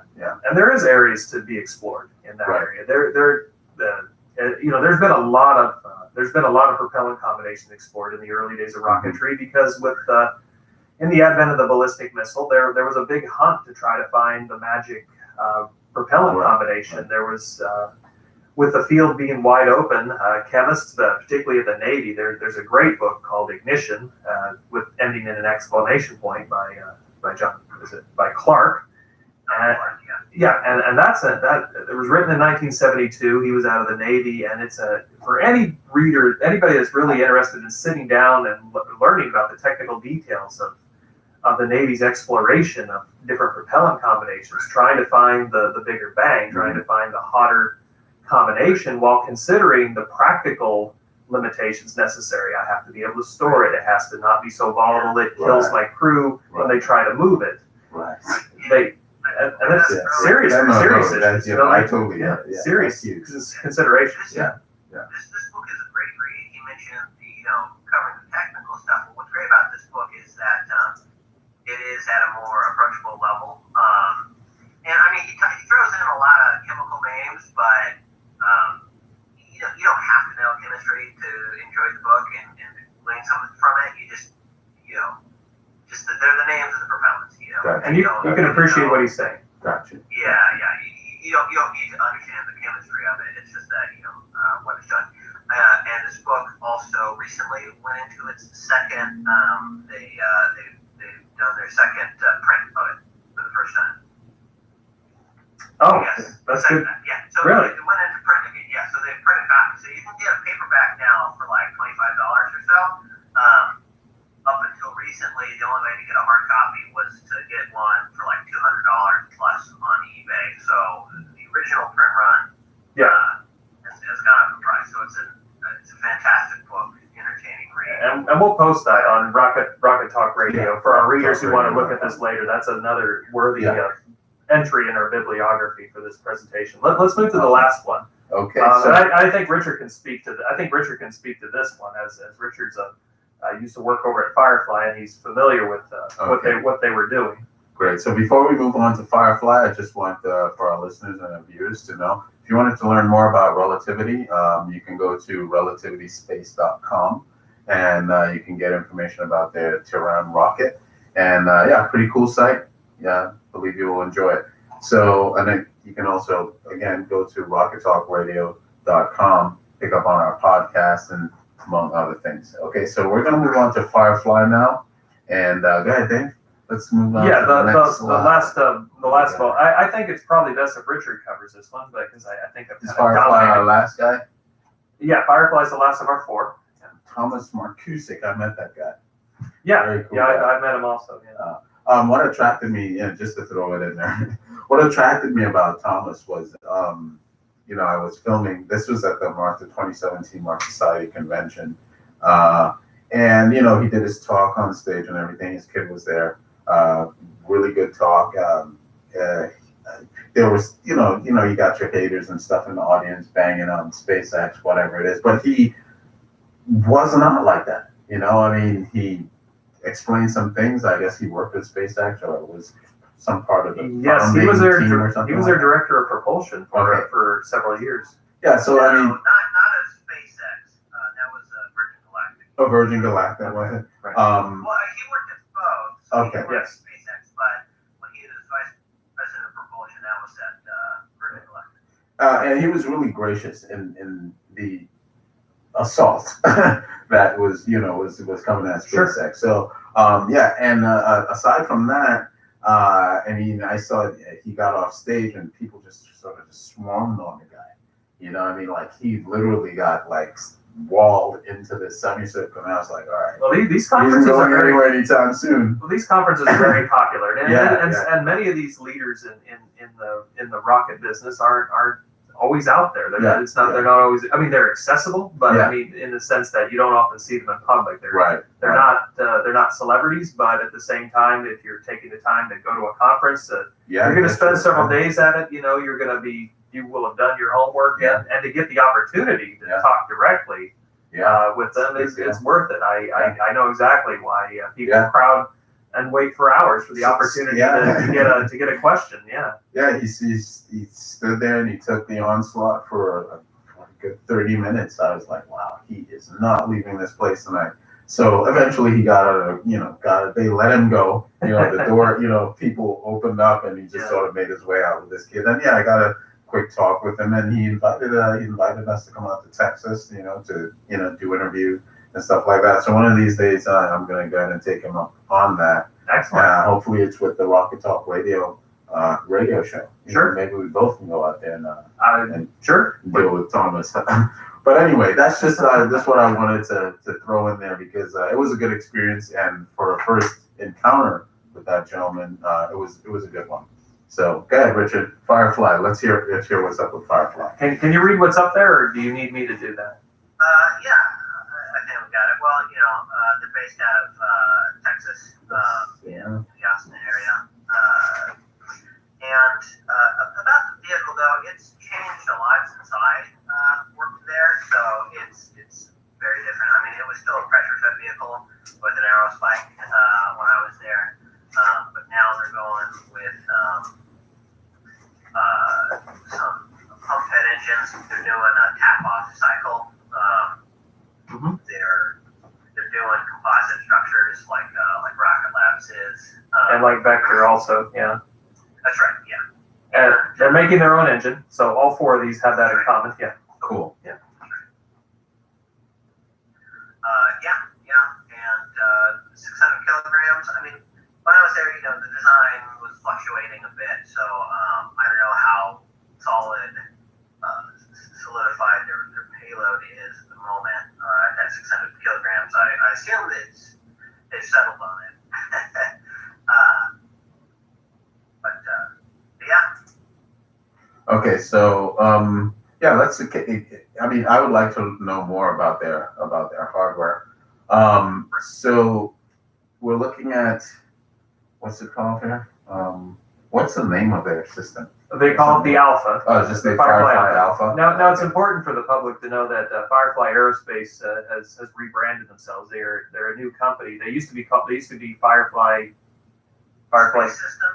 Space Systems. Okay. That if you look them up, you need to look for fireflyspace.com online. But the company is Firefly Aerospace, same place, Cedar Park, Texas, and it's a large vehicle, much like what Relativity Space has for their Terran 1. It's 600 pounds to 600 kilos to a sun synchronous orbit. Yeah. RP1 LOX combination, not very very common. Standard. Or well, not standard, but common. Very very very common. Very common. And a two stage at that. Yeah. What is their market? What is their goal? Are they doing CubeSats? I would imagine the same. I would imagine the same. Yeah, same CubeSat market or small satellite payload. Okay. Yeah, they're in the same venture class sort of size vehicle as Firefly. Yeah, that's right. So very much the same. Yeah, so they're saying small satellite market. Okay, they're looking at a mission price of $15 million. Okay, that's an important distinguisher too. Is that it's a 6 foot diameter rocket, and for 600 kilos or that's 0.6 of a metric ton. Which is substantial. You could pack a lot into a 6 foot bearing, but $15 million isn't too bad, considering that really there's nothing. There's a big step change in the cost if you were to go with a larger vehicle. So I think the price of the small launcher market is kind of fixed into that, a little bit over or a little bit under $10 million a launch. Okay, cool. So what do you know about I'm on their site here. I'm just going through their propulsion, their structures, their avionics. The last time I went to their site, back when I did meet them, the site wasn't this developed. Also, I don't think they actually had a building, because I did snoop around a little bit on Google Maps. But now it seems like they have a new facility, so they seem to be growing.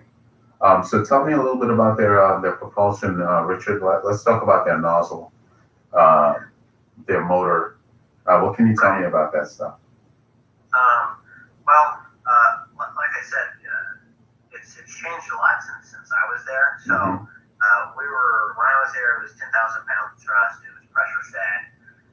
It was conventionally manufactured. We had copper machine with nickel plating on the back. I presume they're still doing that. Right. Their new engine, the Reaver, which is like a tap-off cycle, is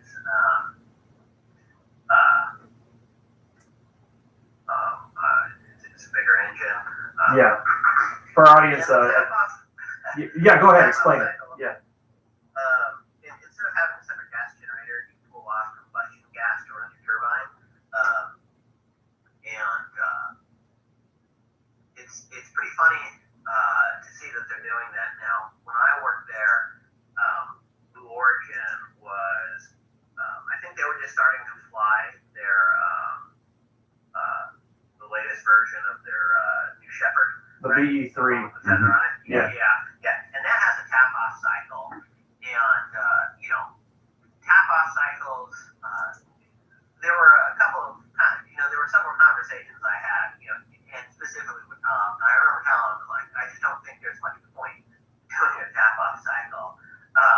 So I remember having this conversation with Tom where I was criticizing Blue Origin for putting money into a tap-off cycle because, to get to the technical part of that, is basically when you're talking about performance. So a tap-off cycle can be better than a gas generator cycle because you get more efficient burning of the gas that's driving the turbo pump, and then you have less components. You don't have a gas generator, so it's a little higher performance and a little less weight.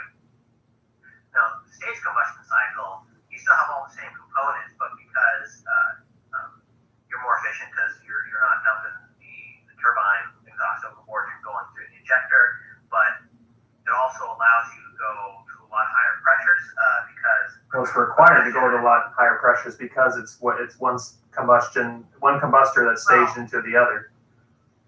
Yeah. So it's more difficult to design the pump because your turbine exhaust has to be higher than your chamber pressure.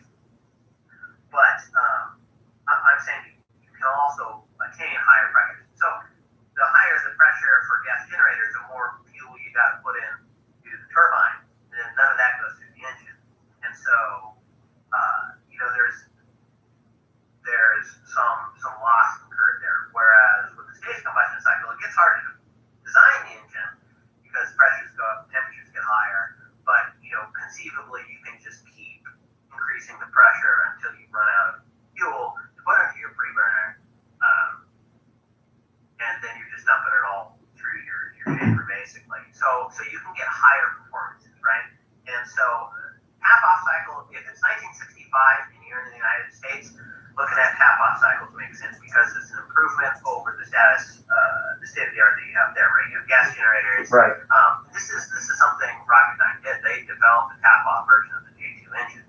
But once you start talking about modern times and other countries, the Russians built, they've had stage combustion since the 60s. I think if you want higher performance than a gas generator, just build a stage combustion cycle. So, that's my opinion of it. Is I don't see much technical merit in doing one today. Right? So, like in 1965 in the U.S., and you still don't want to do stage combustion, but you want something better, it makes sense then. But I just think it's funny having those conversations, remembering those conversations I had with Tom, and then to find out later, they're doing the tap-out cycle. Well, I guess he wasn't listening, but that's okay. Well, he's the boss of his own company, so you'll have to. That's funny. But maybe you guys have another conversation. It's interesting you talk about the relative merit of the tap-off cycle. I don't necessarily agree, only in the sense that the stage combustion engine is extraordinarily difficult. There's only really been one engine that was successful, and it took 9 years to develop. They destroyed 6 different power heads, and arguably, Blue is marching out with their VE4. They're going after it. There's no arguing on paper that stage combustion is superior, but I think the development challenges with the stage combustion motor are not trivial, and I think many of these companies are going to find that out the hard way. That your development time will definitely be long.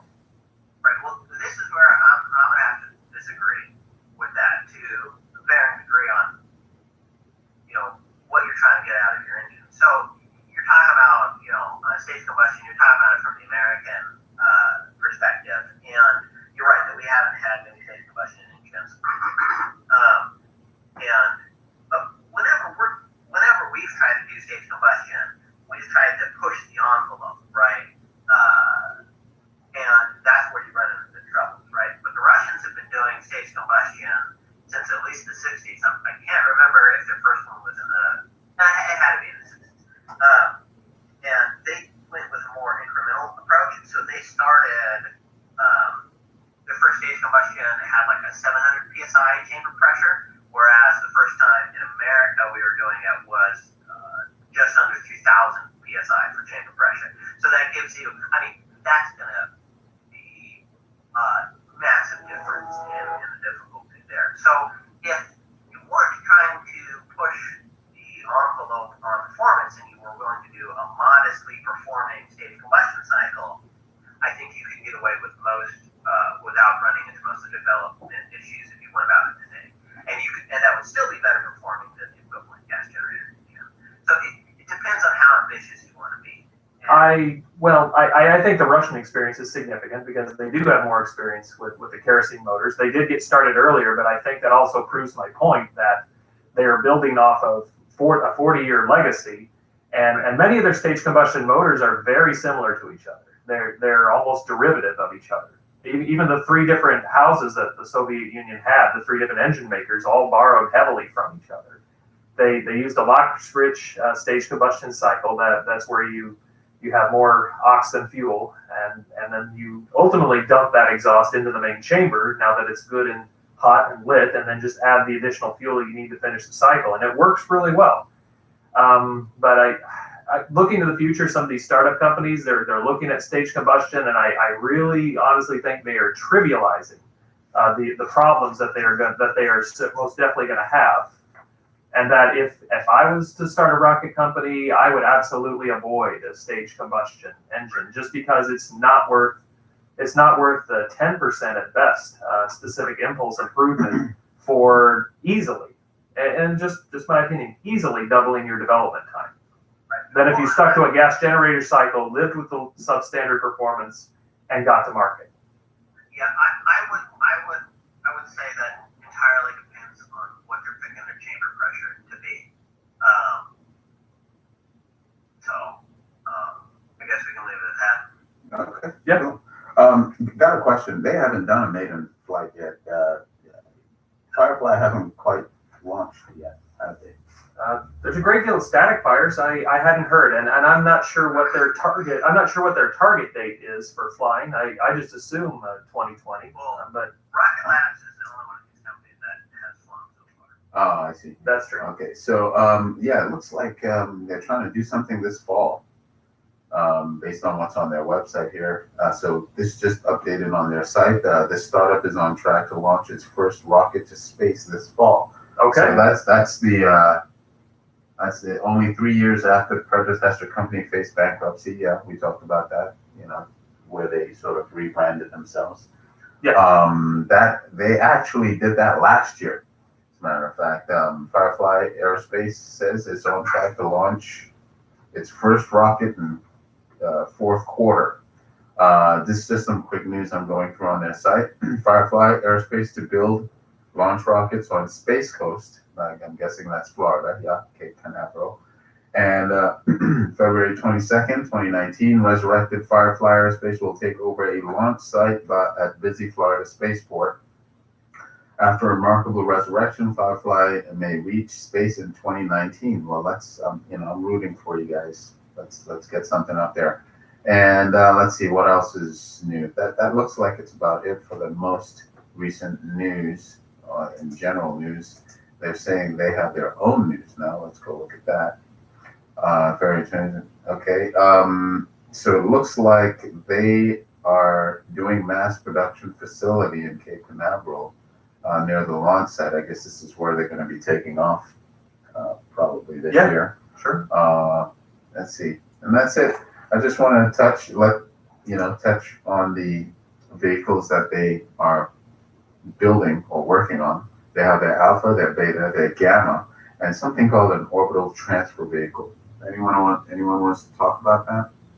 Without having reading the substance, I don't know. I really wanted to stick to the Alpha because it's their first vehicle. It's in the same classes as the others we're comparing. And some of these companies, have other models in the future. I really didn't want to branch into the space side of things. Gotcha.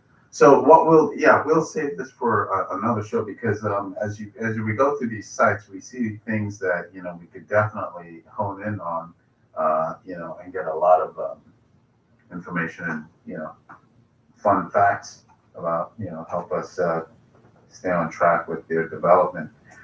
Just going to talk a little bit about Firefly. Going to talk about some of the people that represent Firefly. So we all know Dr. Thomas Markusik. I'm just going to read his bio really briefly. Okay, so prior to co-founding Firefly, Thomas served in a variety of technical and leadership roles in new space companies. Vice President of Propulsion at Virgin Galactic, we talked about that earlier. Senior Systems Engineer at Blue Origin, and Director of the Texas Test Site and Principal Propulsion Engineer at SpaceX. Prior to his new space work, Tom was a civil servant at NASA and the USAF, where he worked as a research scientist and propulsion engineer. He holds a PhD in mechanical and aerospace engineering from Princeton University. This guy's got some things going on here. Then we have Max Polyakov, and Mark Wyatt. I'm sorry, that will be Mark Watt. So yeah, guys, you can go to the fireflyspace.com website if you want to learn more about what Firefly is doing. And that's it. So what else we got going on, Dave? Well, there's further charts. I wanted to kind of take a look back. So let's go to the next one. Let's go on to our next slide. We're talking about challenges. Challenges. I just kind of broadly put this out there. Small launchers are big. Some small launchers are bigger than others. So I asked the question: more payload could be more valuable if the launch costs between these different small launchers are largely the same. So, and I bring this up because it seems to be the trend that, Firefly has gone with a larger vehicle, Relativity has gone with a larger vehicle. Vector's been pushing their small launcher a little longer. They're on the smaller end of the spectrum. I just thought it's an interesting question to delve into is, if the cost of these small launchers are largely the same, then the payload would be more valuable. What do you think about that, Richard? It's all just going to come down to what the actual specifics are when they're actually, once they've actually flown, we see the actual prices. But yeah, I think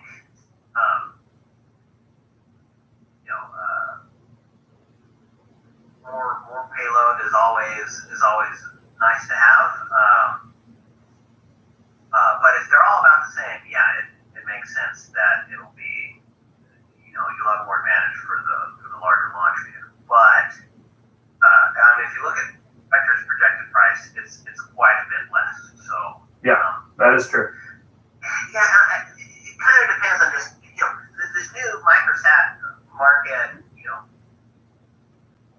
It hasn't fully matured. So what launch vehicle is going to address that market need best is going to partly depend on how it turns out.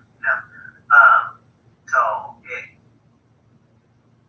we'll just have to see, I guess. Right. Yeah. So all right. What else do we have here? Well, under the small launchers, a lot of them are bringing new technologies with the help to help offer a better product or at least deliver a faster product. And I think what Richard said earlier still holds that the time will have to tell when these providers are actually launching and getting their real cost and their production rate becomes real. SpaceX at one time advertised. Actually, no. You know what? Let's go back to the early days of Boeing when McDonnell Douglas and Lockheed were competing for the original EELD contract. They were talking about launch rates that were up to 40 a year.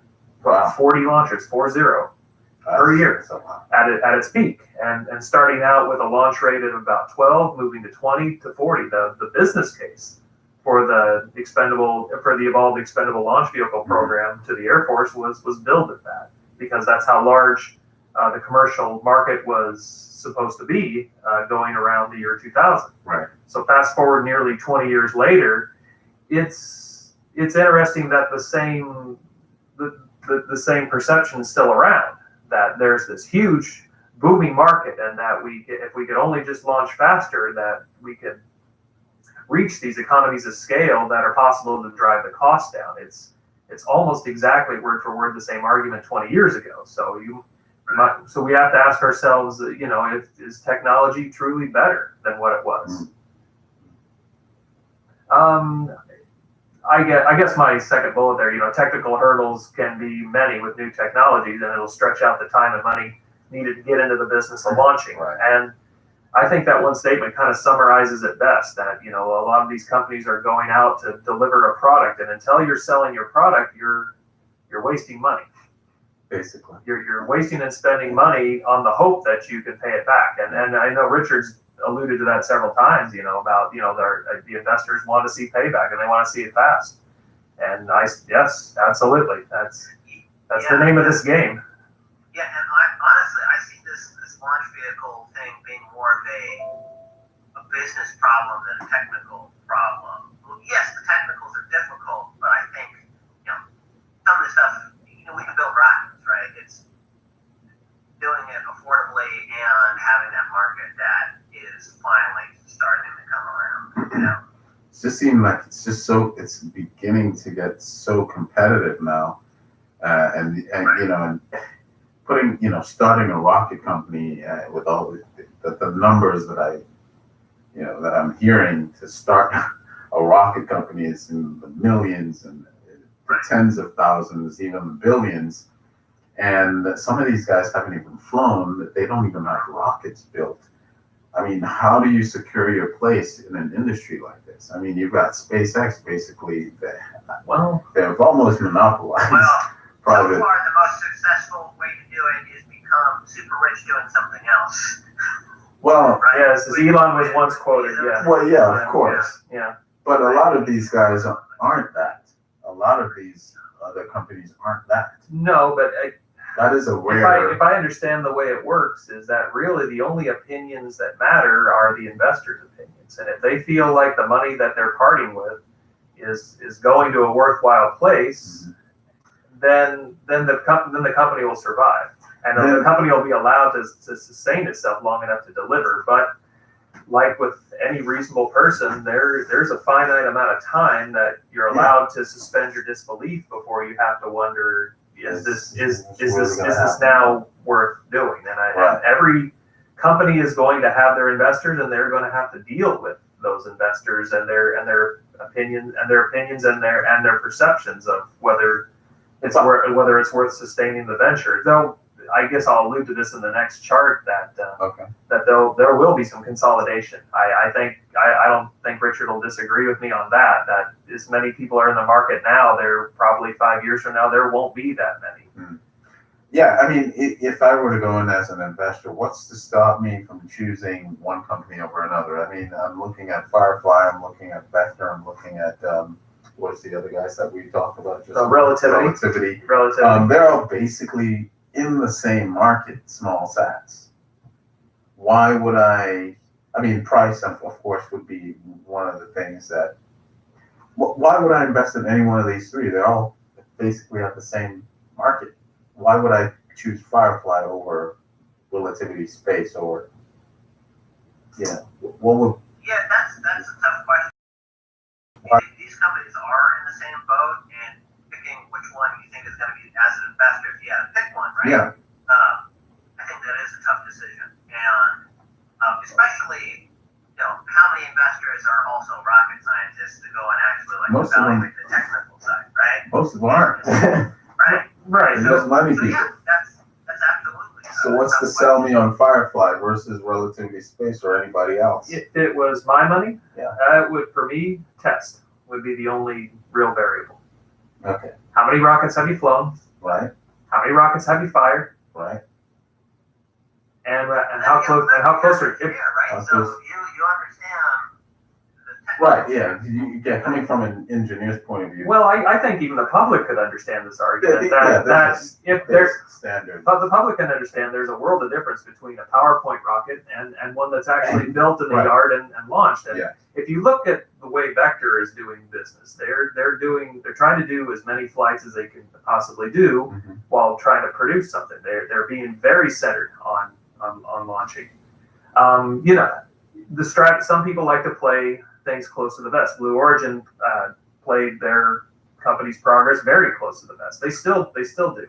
SpaceX had the opposite philosophy, that they were an idea generator. They would put things out just for the sake of trying to get some new buzz started. And it's, I'm not criticizing one philosophy over the other, just to say that there's different philosophies out there. But for an investor, it's really hard to say. I do think that there are criteria. There's different criteria one could look at, but any one of those criteria could be deceptive. That be necessarily that will be a money generator. Right. I think. Yeah. I think from an investment standpoint, the rockets might all look the same to somebody who isn't, without a technical background. So the only other thing would be to look at the customer side, right? Where are the actual people looking to buy these rockets, and trying to figure out which one services them the best. Right. That's going to take a lot of rounding up every last potential CubeSat developer, figuring out well, are they more interested in launching maybe 4 at a time on something like Vector's launch vehicle, or are they looking to be, have a larger launch vehicle? It's I think it would take a lot of research for an investor to really be able to strongly pick. If it didn't come down to other things like with, say, relativity, maybe they think 3D printing is the future of everything, and so then, well, obviously relativity would stand out to you out of those 4. Right. I think that's a very fair point. Getting down to the third bullet about logistics, I wanted to ask the question that will small launchers have the same logistical problems that their larger cousins do? What I'm getting at is to launch a rocket is not sticking a bottle rocket in your yard and lighting the match. There's the tankage, there's the propellant, there's a lot of preparation. There's a lot of checks that have to be done. Right. There's separate facilities for bringing your rocket in to get it in payload integrated. Small launchers are billing themselves on the ability to do all these things faster, but if you look at the number of things that have to be done from the time the vehicle's built to the time it's delivered to integration to get it on the launch pad to getting it ready to launch, are small launchers going to have just the same challenges that their larger cousins do? And name a few of those challenges for our listeners. Well, maintaining a launch site is not a trivial cost. I think maybe SpaceX probably learned that the hard way. Right. That some of these I think, again, going back to Vector, they're looking at that very carefully. They're looking at a small vehicle that can be brought out on a truck and preferably be launched in a Walmart parking lot. In theory, right. I don't think that's how they'll do it. They're looking at launching out of Alaska. They're going to launch sites because these launch sites do have infrastructure. They do have facilities available. I'm just on this whole chart here. I've listed challenges. The logistical challenges are something to be considered more than the vehicle. But what does it take to get the vehicle ready? Right. Got a silly question now. Are any of these guys, or I would have to say the RRS site, can that support any one of these small guys, or is that too, or is our site too small? The Mojave test area. Well, for launching to orbit, no, probably not. But for doing testing, yes. Some of the bigger ones are too big, like Firefly and Relativity would be too big. But Vector flew one of their mock-up vehicles from far, so that was down the street. So yeah, that's not. It actually it crashed on at the MTA. And why is that? Why is our facility just isn't big enough, or is it there's some other outfit that have to go into the launch site to support these guys? Well, because we got some pretty big, whales out there. So what the RRS and the FAR have out there are mostly like the test stands to pull yourself down to. You still have to bring, all the other support equipment, basically.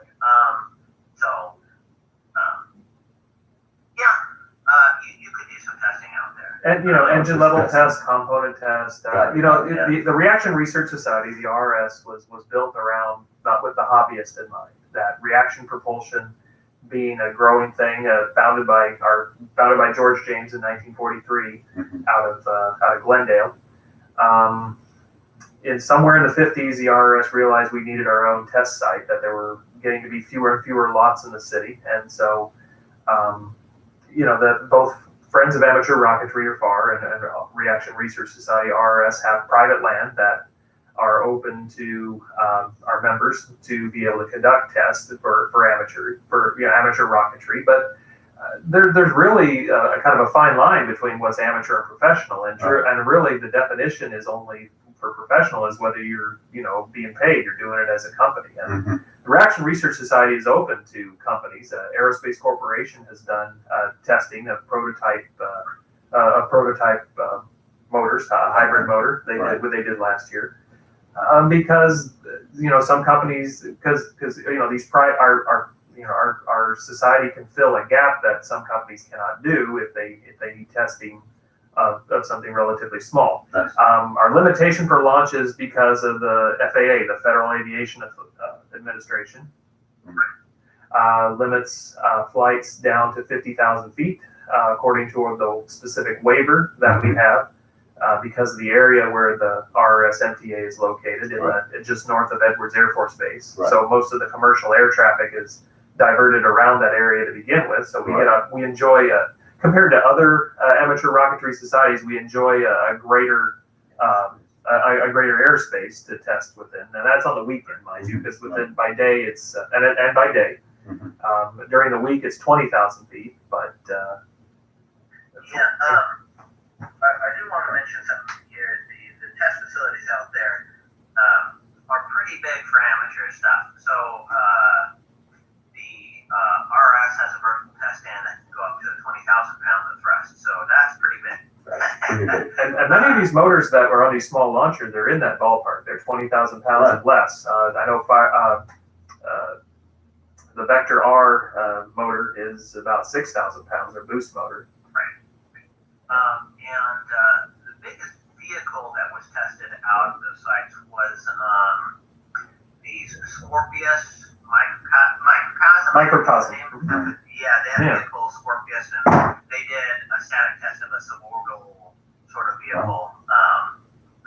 And that's pretty big. We can maybe link to the video of that. So yeah, and I think that was like 20,000 pounds of thrust or so, and FAR has some comparable test facilities there. Yes, I certainly do. So what are some of the other logistical challenges that we could that these guys have on their plate?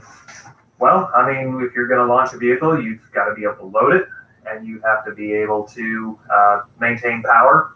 There's a lot of little small things that have to be done. I mean, and that's assuming they got an entirely mobile site. Whereas most of these small launchers, they're counting on going out to the Cape. They're going out to a fixed launch site, having their own logistics. As we covered, the motor and the vehicle is very specific to a set of design conditions, and that's fixed. Well, the logistics are necessary to feed that rocket, so you're going to have to bring out. Right. Now the liquid oxygen isn't as much of a problem, at least not in the United States. There are many providers that can bring it. Mm-hmm. The fuel, that's probably a challenge Vector is going to have to deal with, which they may have already figured a way out. As if you're going to use an exotic propellant, then you have to have a reliable. If you're going to frequently launch, you're going to have a reliable means of bringing it out to site.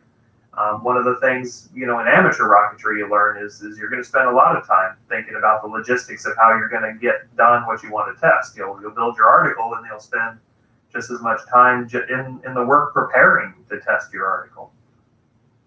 I know Richard's got some experience. He fired his own motor just this last year. I was lucky enough to be with him when we tested at the MTA. And you can see that on the rrs.org website if you go back to the last summer in 2018. Mm-hmm. I'll repost that on Instagram this week.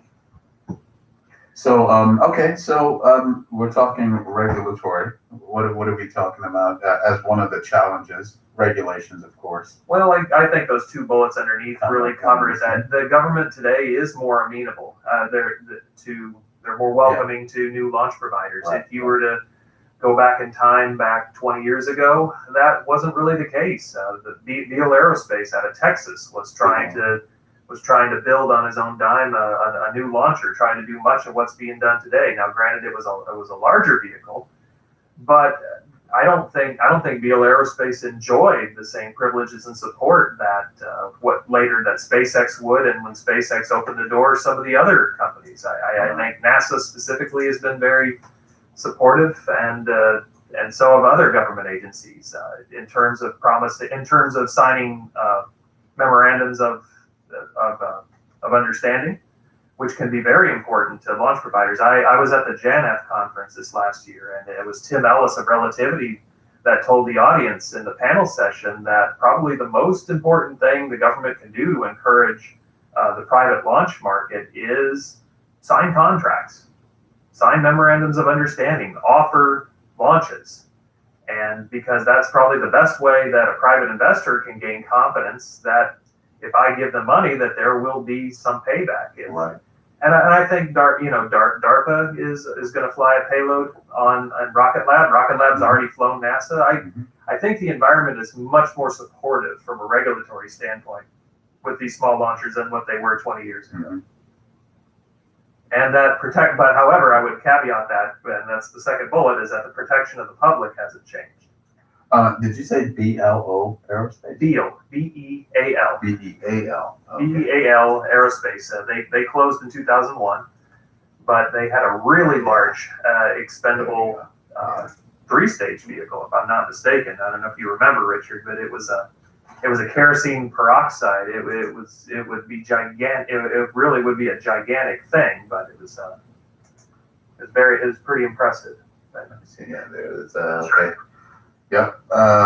Beal Aerospace fires the largest liquid rocket engine in 30 years. That was March 4th, 2000. I guess, how long ago did they shut down? That was 2001. They didn't last much longer after that. But I think in Beal's final parting shot before he closed the company down, he wrote an article basically criticizing the U.S. government's unwillingness to support competition in the market. I see. But anyway, the last chart, which kind of brings us home here. What does the future hold? What does the future hold? And that's what everybody, investors and the public, are asking themselves. Yeah. And there are literally dozens of rocket companies. I had the privilege of going over to Relativity Space.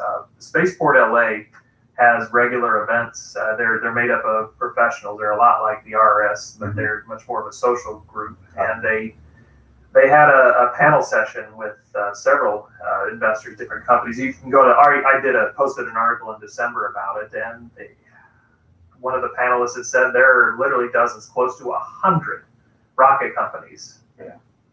All over the world. All of them with the same goal in mind: is how can I build a small launcher to start delivering CubeSats, to start delivering these small payloads. So on my second bullet, first bullet says small launchers are clearly in a hot trend. We've got this as a subject. That's one contrast. You can look at Beal Aerospace. That 20 years ago, that wasn't the case. Small launchers was not where it was at. It was large vehicles was the trend for making money. But you sometimes, with so much interest coming in, you can only ask yourself, when will the party end?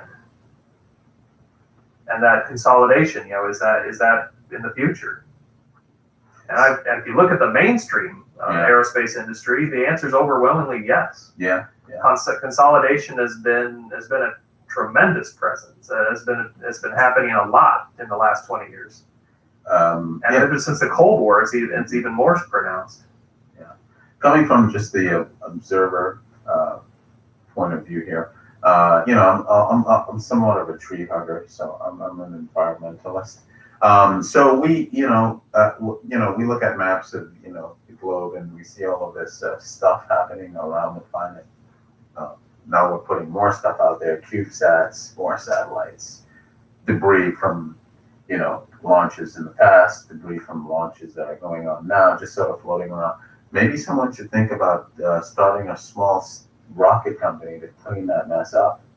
Well, I'm sure that's one of the business cases. Yeah, go on, Rick. We need to know who it is. Yeah, space debris is a serious issue, and it is a potentially growing problem, and it's pretty difficult to solve, and it'd be pretty expensive. When I was in college, I did one of these senior design projects, and I was looking at this concept of bringing down debris, and there is a potential commercial case for it. The customers would probably have to be government agencies who are cleaning stuff up. The other option would be maybe if you're going to a particular orbit and there's already space. I mean, to bring it down. But I did these little basic trade studies that it estimated the cost of removing all of the debris very, very roughly, but it was easily in the many, many trillions of dollars. Right. I would assume that it would be an expensive venture, but the idea. That would be like sending up conventional launch vehicles at the time. So there's some technology now they're talking about. They zap the debris with a laser, kind of a thing. Directed energy type of approach. Yeah. And that either like creates a little bit of off-gassing on that side, so that returns to orbit. If we're going to fix the issue, it's probably going to be with some innovative piece of technology like that. Right. That's very likely, and a subject kind of worthy of a discussion all by itself is orbital debris. But to answer your question, I think managing orbital debris will be one of the business cases if small launchers does open up the market. I think it's a great segue right into the last bullet. What will the market bear? Which asks, I asked two basic questions. One, if you build more rockets, will there be more payloads? And that really cuts down to is there a market there? If we keep building more launchers, will people keep filling them and keep paying for them? I think that's on every investor's mind. That what if all of these rocket companies, every one of these startups succeeds, every one of them? Will there be payloads for everyone? Right. Well, there is a huge growth potential in the CubeSat market, especially just because it's so much cheaper to develop a CubeSat. I mean, even if you just look at like R&D stuff, if you had a cheap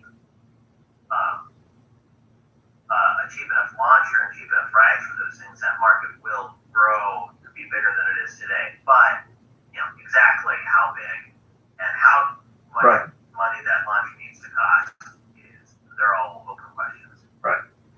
Cool. So. And then the second question that gets into it, I asked this one specifically because it goes right into what we were talking about orbital debris management. It also goes into the question of space-based power generation. Is the bottleneck for the space market in the launchers? And that's an interesting question. That it's like you would think the answer would be yes. Every launcher has a payload that it fly, and we can't seem to get enough because there was an online group on LinkedIn that was discussing space-based power as one of the ways that we could get more power generation without burning fossil fuels, and to deploy these large orbital arrays, around the Earth and then beam the power down. Is it technically possible? Absolutely. International Space Station on 30-year-old solar cell technology is producing over 100 kilowatts and has done so for over 20 years. And that's not trivial because there's literally no other spacecraft that's ever accomplished that. So the International Space Station is really an impressive piece of engineering technology, but unfortunately it's alone. And if you look at International Space Station, it took at least 24 flights with a dedicated launch vehicle that cost the American public billions. So the bottleneck, if one was to, at 110 kilowatts of power is a drop in the bucket. It powers a block in Los Angeles. Several orders of magnitude are necessary to start making an appreciable difference in the power demand that the world has. So to generate, to create such a thing, it's not a technical issue. It really just comes down to the bottleneck. We don't have the launchers to do that. Flying every day would still be difficult. And so I raise this question that many of the things that we want to accomplish in space really come down to is the bottleneck for that space market in the launchers. What part of space would something like that have to be located for energy? I would think the sun synchronous orbit wouldn't be a bad place to start, but I don't know. I haven't looked up the orbital mechanics of it, but I'm only citing space power as an example, and Richard's example of make a measurable difference in cleaning up orbital debris. It really requires a step change in the bandwidth, so to speak, in our ability to reach low Earth orbit.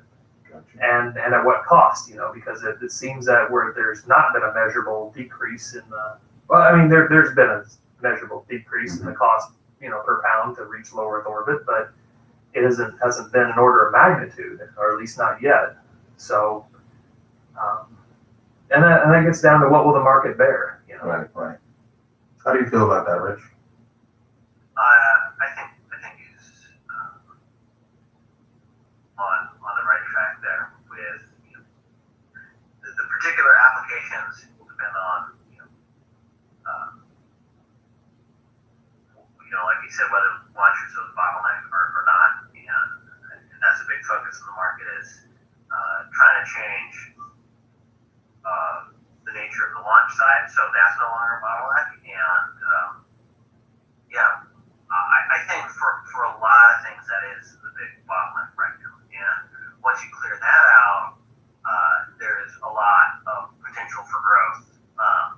Now, you mentioned space power. I'm not really convinced that space power is going to be a thing, even if launch vehicles were more affordable. Mm-hmm. But just as an example, almost like if launches were cheap, somebody would have at least tried to put up a few by hand. Even if it doesn't, even if it's not competitive with just regular solar on the ground, it may make more sense just to put solar panels on everybody's roof than to launch, tons of football field sized space stations. Right. But somebody probably would have tried if launches were more affordable, or more available. I guess I'm getting into not only just the cost, but just the availability. And I agree with you, Richard. I'm not necessarily being a big proponent of space power, but it was on this discussion group, the participants were clearly fans of this. And after some really good exploration of the technical issues, it had one deal killer. And that deal killer was there aren't enough launchers to do this project, even if everything else is working right. And I know that that's the case with some other things that we'd like to do in space. There's talk about sending manned missions, out to the moon and on to Mars, and there's talk about on-orbit assembly. So the thing is, every time you talk about building these missions and you can't launch a big enough vehicle to do it, then you have to launch more. There's more vehicles. So there's to execute these missions, they have certain material requirements. And will the launch market be able to support that? Okay. Well, cool. I mean, I think we had a really great session today with talking about small launches. We covered some of the really some companies that we may be familiar with. I'm familiar with at least 4 of the companies we talked about today.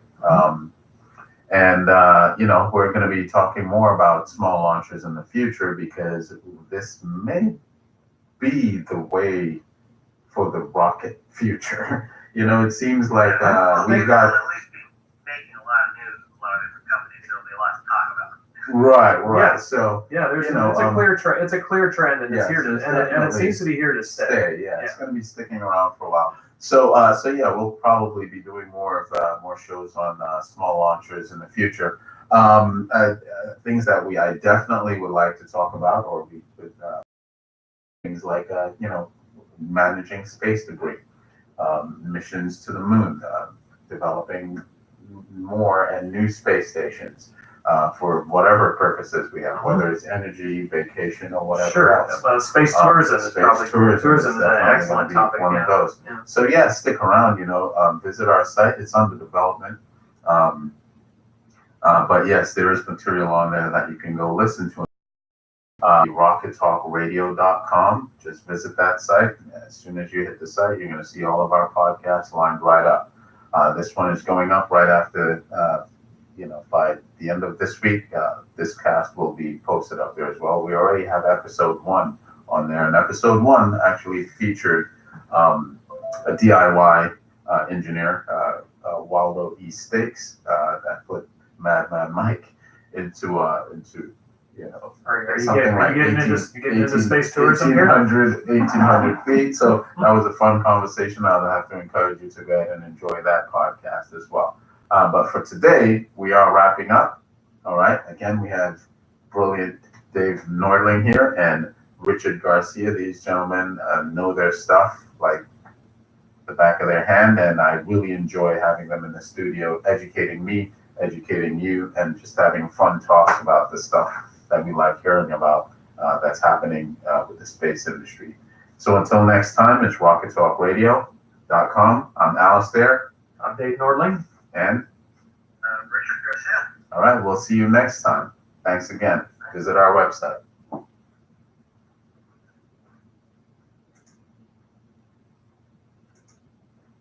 Good. It's a wrap. Okay, we're out. Awesome. Good stuff, guys. Whew. I need to pump the meter. I'll be right back. Yeah. Well, I still have my truck there. All right. Uh-oh. I need to carefully move your light. Now I need to move your light so I can open the door. Oh, okay, sorry. I'll be right back. There you go.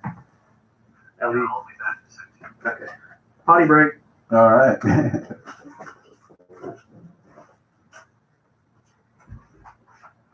right. Keep your phone on you because I don't know if I'll get locked out or not. Yeah, the door is unlocked. The door downstairs should be unlocked.